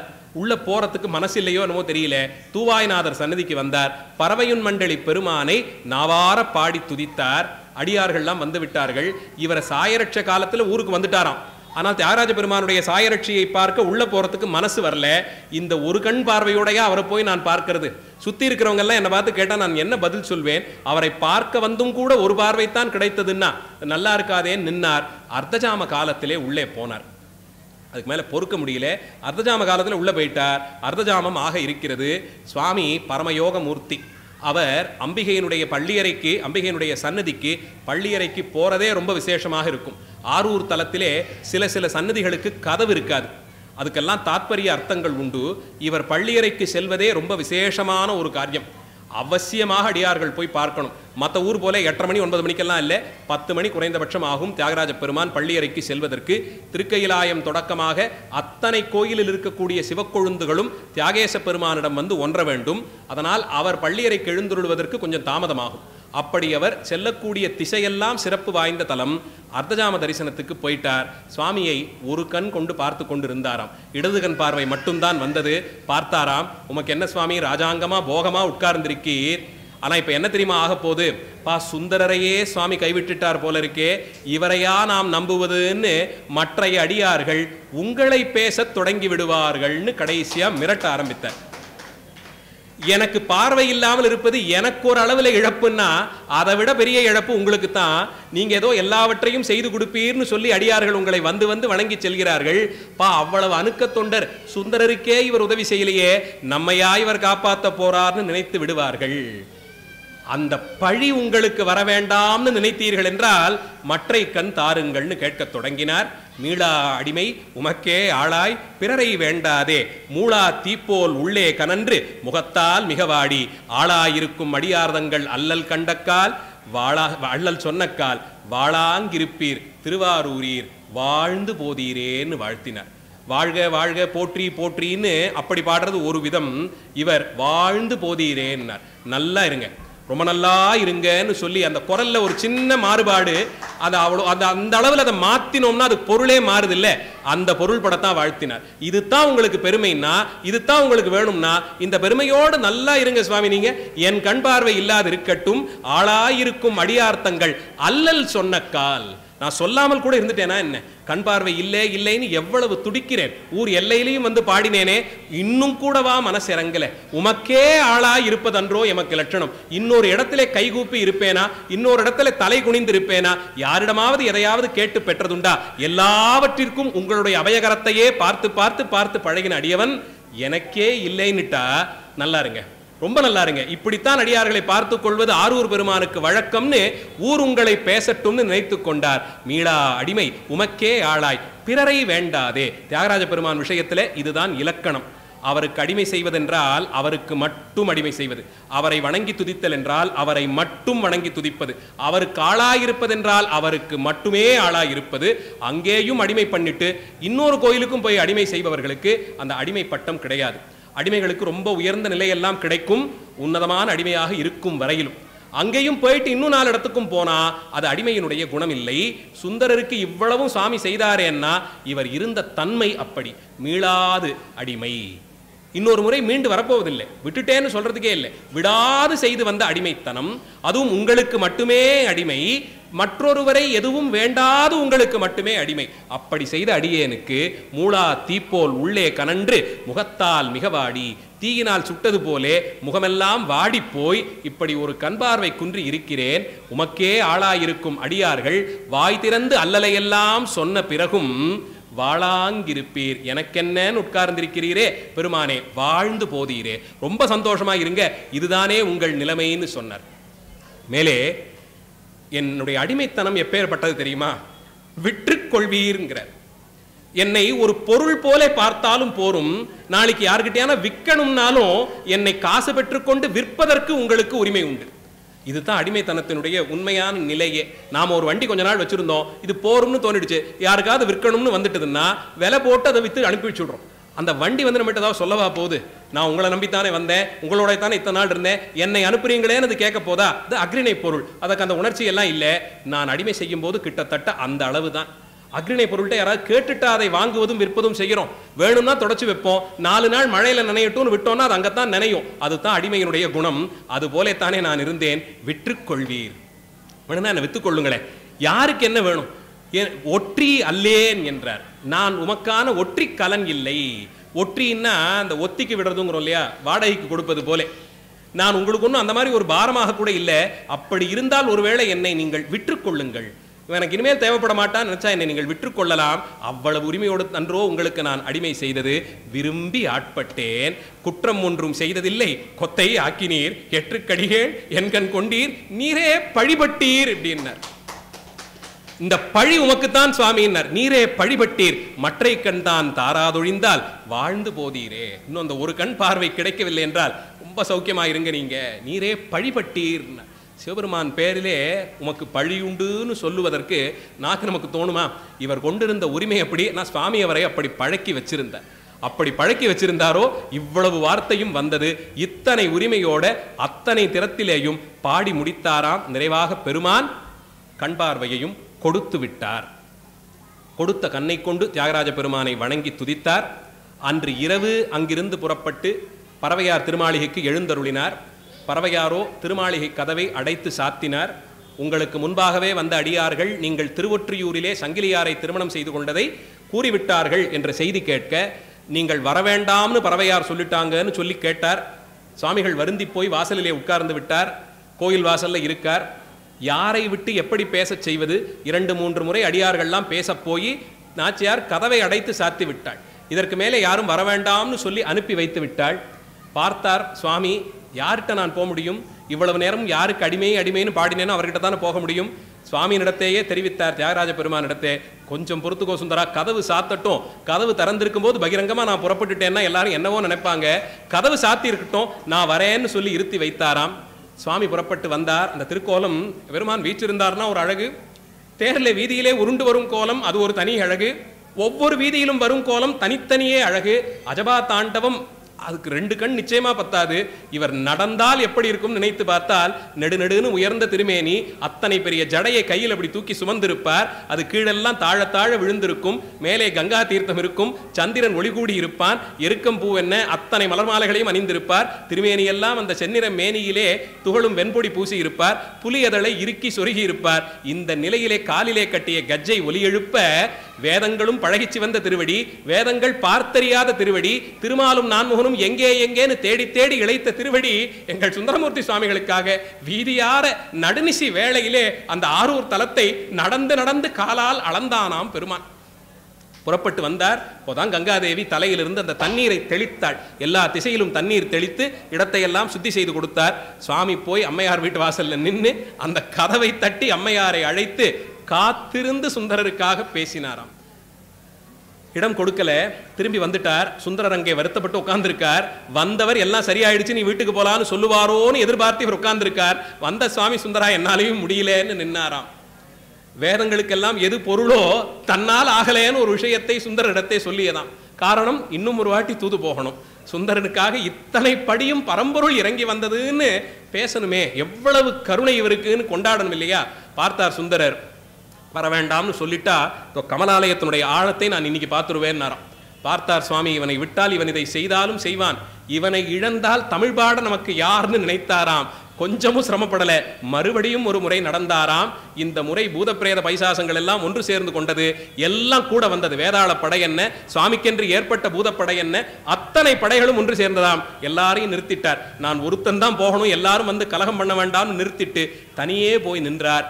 மறுபடியும் அம்மையாருக்கு தம்முடைய திருவருள் விளக்கத்தாலே தோன்றும்படியாய் செய்து சுந்தரரை வரும்படியாக அம்மையாரிடத்தே இருந்து அனுமதி பெற்றுக்கொண்டு வேக வேகமா நடந்து வந்து சுந்தரர்கிட்ட வர சொல்லிட்டாப்பா நீ போகலாம்னாராம்.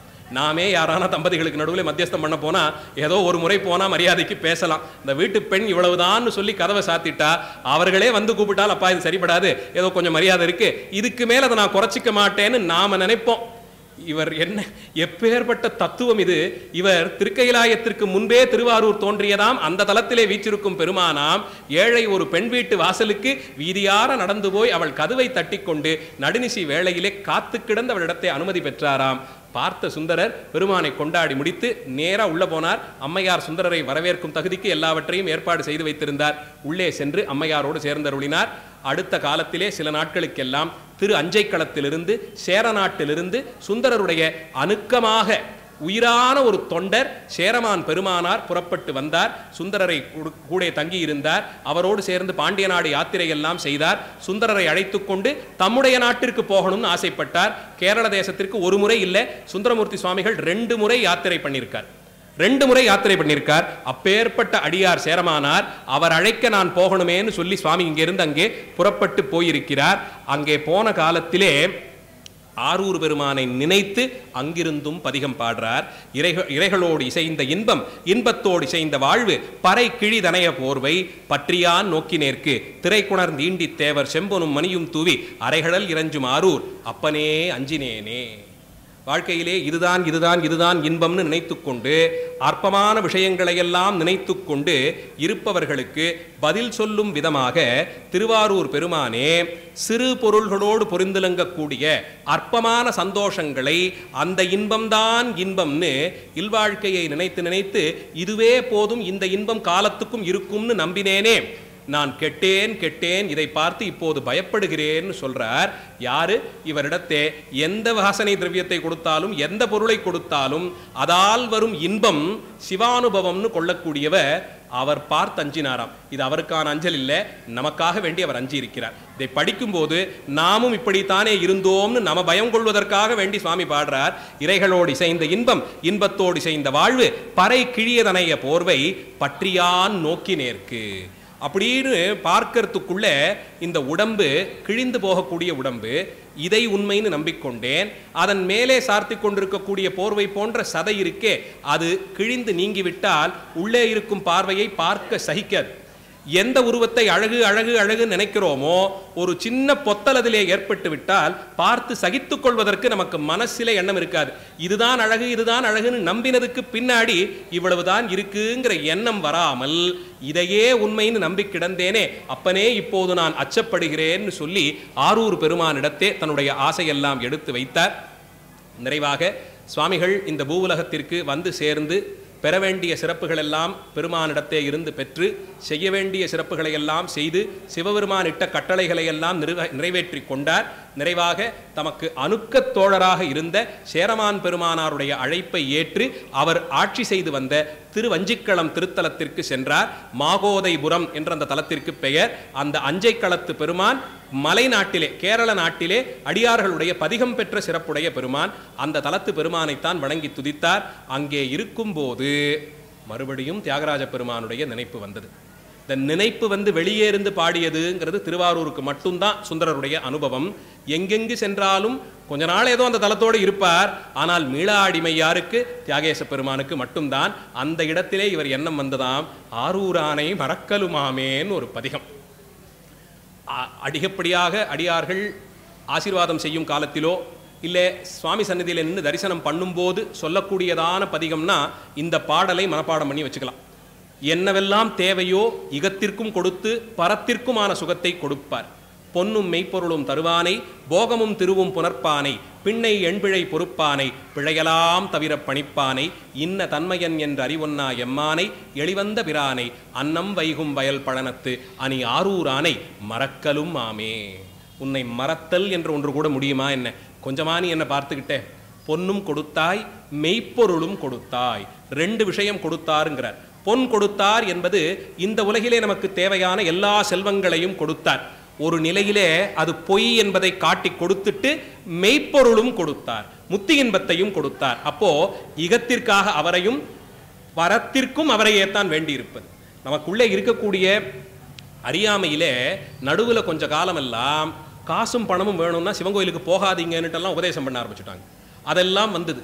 சிவங்கோயிலுக்கு போயிட்டு யாராவது அதுக்குன்னு தனியா ஒரு தனித்தனியாக துறைகள் எல்லாம் வைத்துக்கொண்டு ஆட்சி செய்வதற்கு இது நாம் ஏதோ தேர்ந்தெடுத்து உட்காத்தி வச்ச பீடம் எல்லாம் இல்லை. சிவபெருமானிடத்தே இருந்து பெரும் செல்வம் தான் செல்வம். அந்த செல்வத்தை தவிர்த்து வரக்கூடியது எதுவுமே தங்காத செல்வம் தான். அதனால இவரால் கொடுக்க முடியாததுங்கிறது ஒண்ணுமே கிடையாது. மற்ற தெய்வங்கள் அந்தந்த துறைக்கேற்றார் போல எதையான கொடுக்கலாமா இருக்கும்.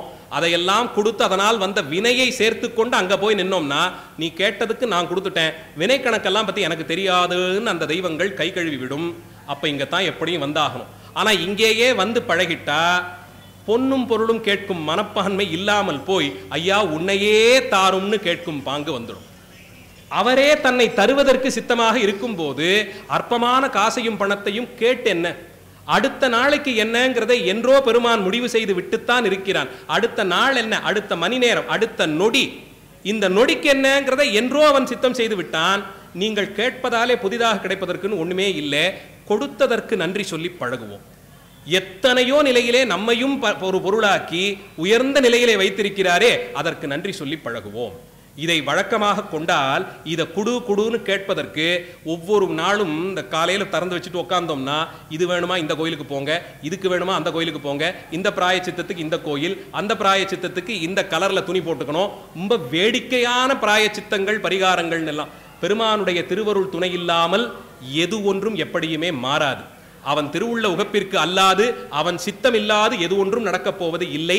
நடப்பவையெல்லாம் முன்பாகவே அவன் நிச்சயம் செய்து வைத்து விட்டான். செய்யக்கூடிய பிராயச்சித்தமோ பரிகாரமோ வரக்கூடிய துன்பத்தை தாங்கிக் கொள்ளும் அளவிற்கு உதவுமே தவிர, சத்தியமாக சொல்லுகிறேன், ஒரு நாளிலும் விதிவசத்தால் நடக்க வேண்டியது நடவாமல் இருக்காது. நீங்கள் எத்தனை லட்சம் எத்தனை கோடியை கொட்டி எத்தனை பிராயச்சித்தம் பண்ணாலும் வினைப்பயனால் நடக்க வேண்டியதிலிருந்து விலக்கு ஒரு காலத்திலும் கிடையாது. அந்த பிராயச்சித்தம் செஞ்சுட்டோங்கிறதுக்காக வினைப்பயனை தீர்த்து கொடுத்துட்டாருன்னா, இப்ப காசும் பணமும் இருப்பவருக்கு சுவாமி ஏதோ ஓரவஞ்சனை செய்யறாப்பல இருக்கு. ஏன்னா ஒரு பிராயச்சித்தத்துக்கும் கடைசியில் எவ்வளவு ஆகுது, ஒன்னொன்னுத்துக்கும் வச்சிருக்காங்க இல்லையா? அதெல்லாம் செலவு செய்பவர்களால் தானே முடியும், அடியனால முடியல. அப்ப வினையிலே கடந்து உழலுன்னு விட்டுட்டானா எம்பெருமான் என்னை? இல்லையே. இது காசுக்கும் பணத்துக்குமான விஷயம் இல்லை. முடிந்தால் அது ஏதோ நம்ம மனசுல அந்த கஷ்டப்படக்கூடிய காலத்தில் அதை தாங்கிக் கொள்ளக்கூடிய நிலையில் ஒரு நிலையை கொடுக்கும். அதுக்கு நீங்க அத்தனையும் கொட்டி யாகம் செய்து பிராயச்சித்தம் செய்துன்னுட்டு இல்லை.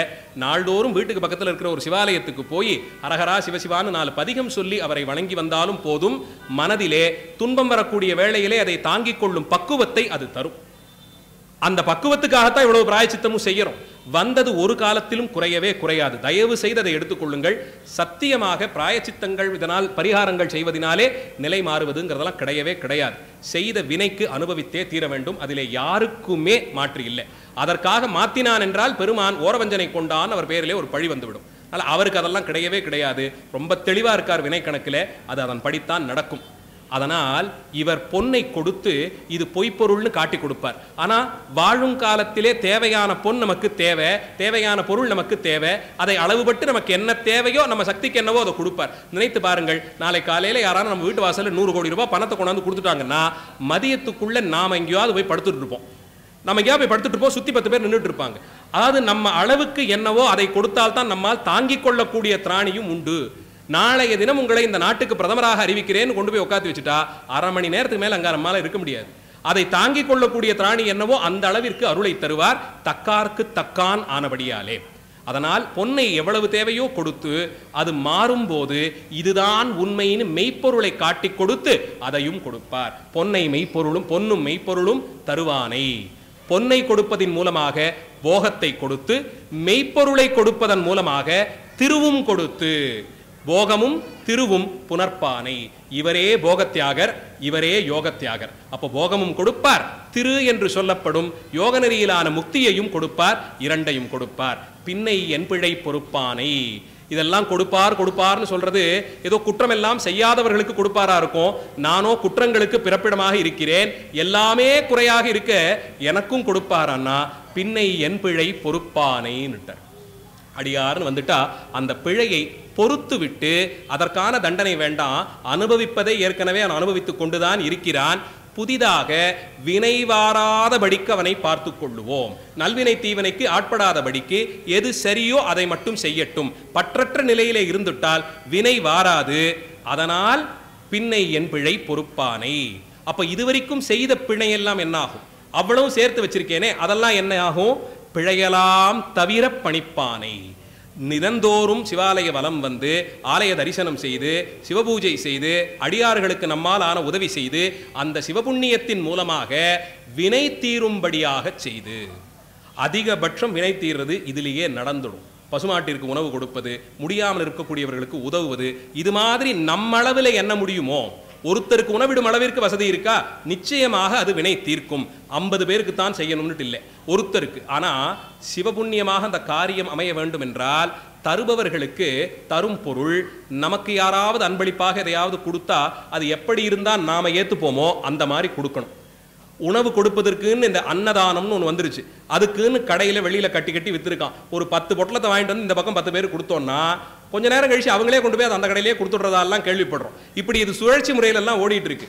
ஒருத்தருக்கே கொடுப்பதாக இருந்தாலும் நாம எந்த உணவகத்தில் வாங்கி சாப்பிட்டா நல்லா இருக்குன்னு நினைக்கிறோமோ அந்த உணவகத்திலே வாங்கி அவர்கள்ட்ட கொடுத்து அந்த மரியாதையோடு அதை கொடுத்து அவர்கள் பெரும்படியாக செய்தல்.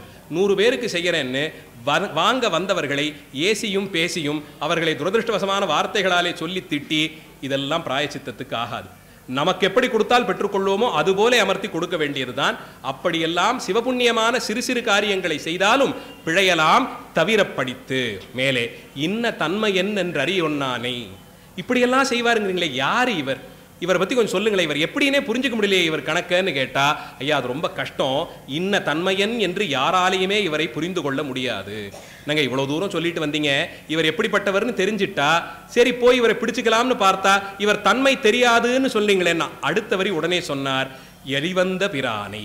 இன்ன தன்மையன் என்று அறிவொன்னா எம்மானை எளிவந்த பிரானை. நம்மால அவரை புரிந்து கொள்கிறோம்னு ஆசைப்பட்டு போய் ஆராய்ச்சி எல்லாம் பண்ணி தெரிஞ்சுக்க முடியாது.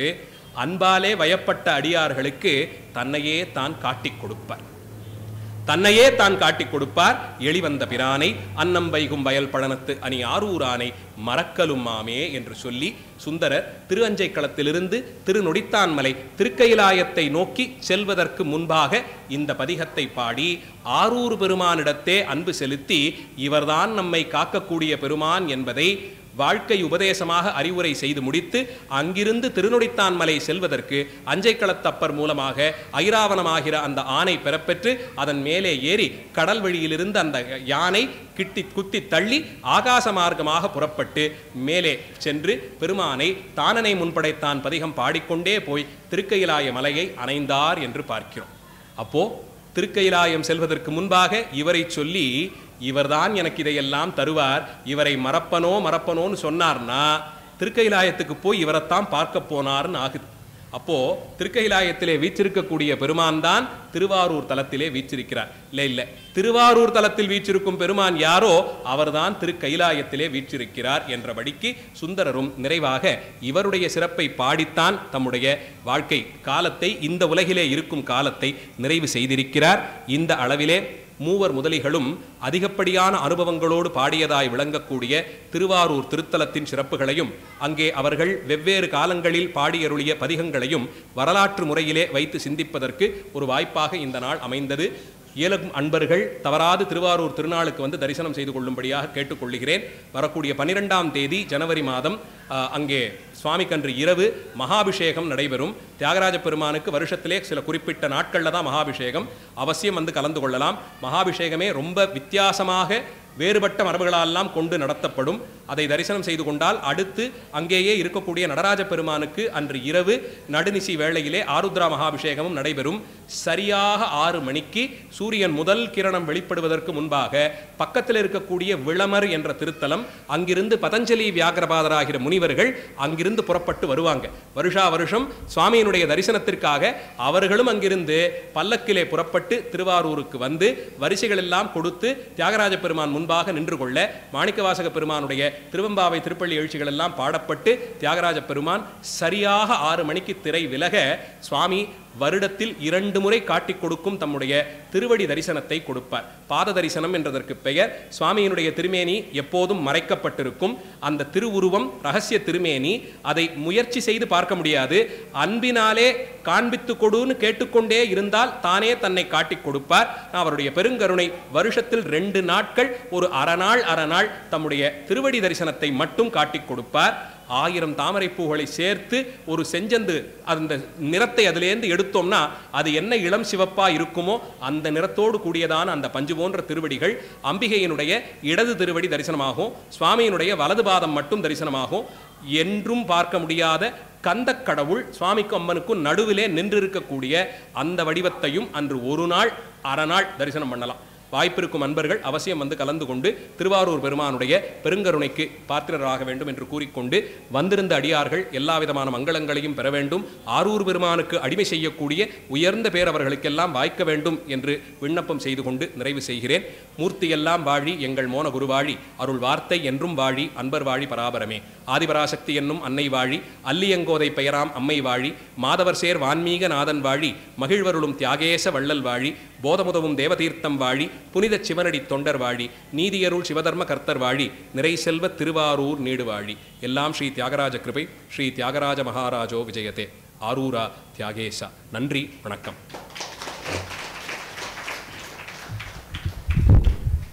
இந்த தகவல் உங்களுக்கு பிடிச்சிருந்தா லைக் பண்ணுங்க, உங்க ஃப்ரெண்ட்ஸுக்கு ஷேர் பண்ணுங்க, மறக்காம எங்க சேனலுக்கு சப்ஸ்கிரைப் பண்ணுங்க.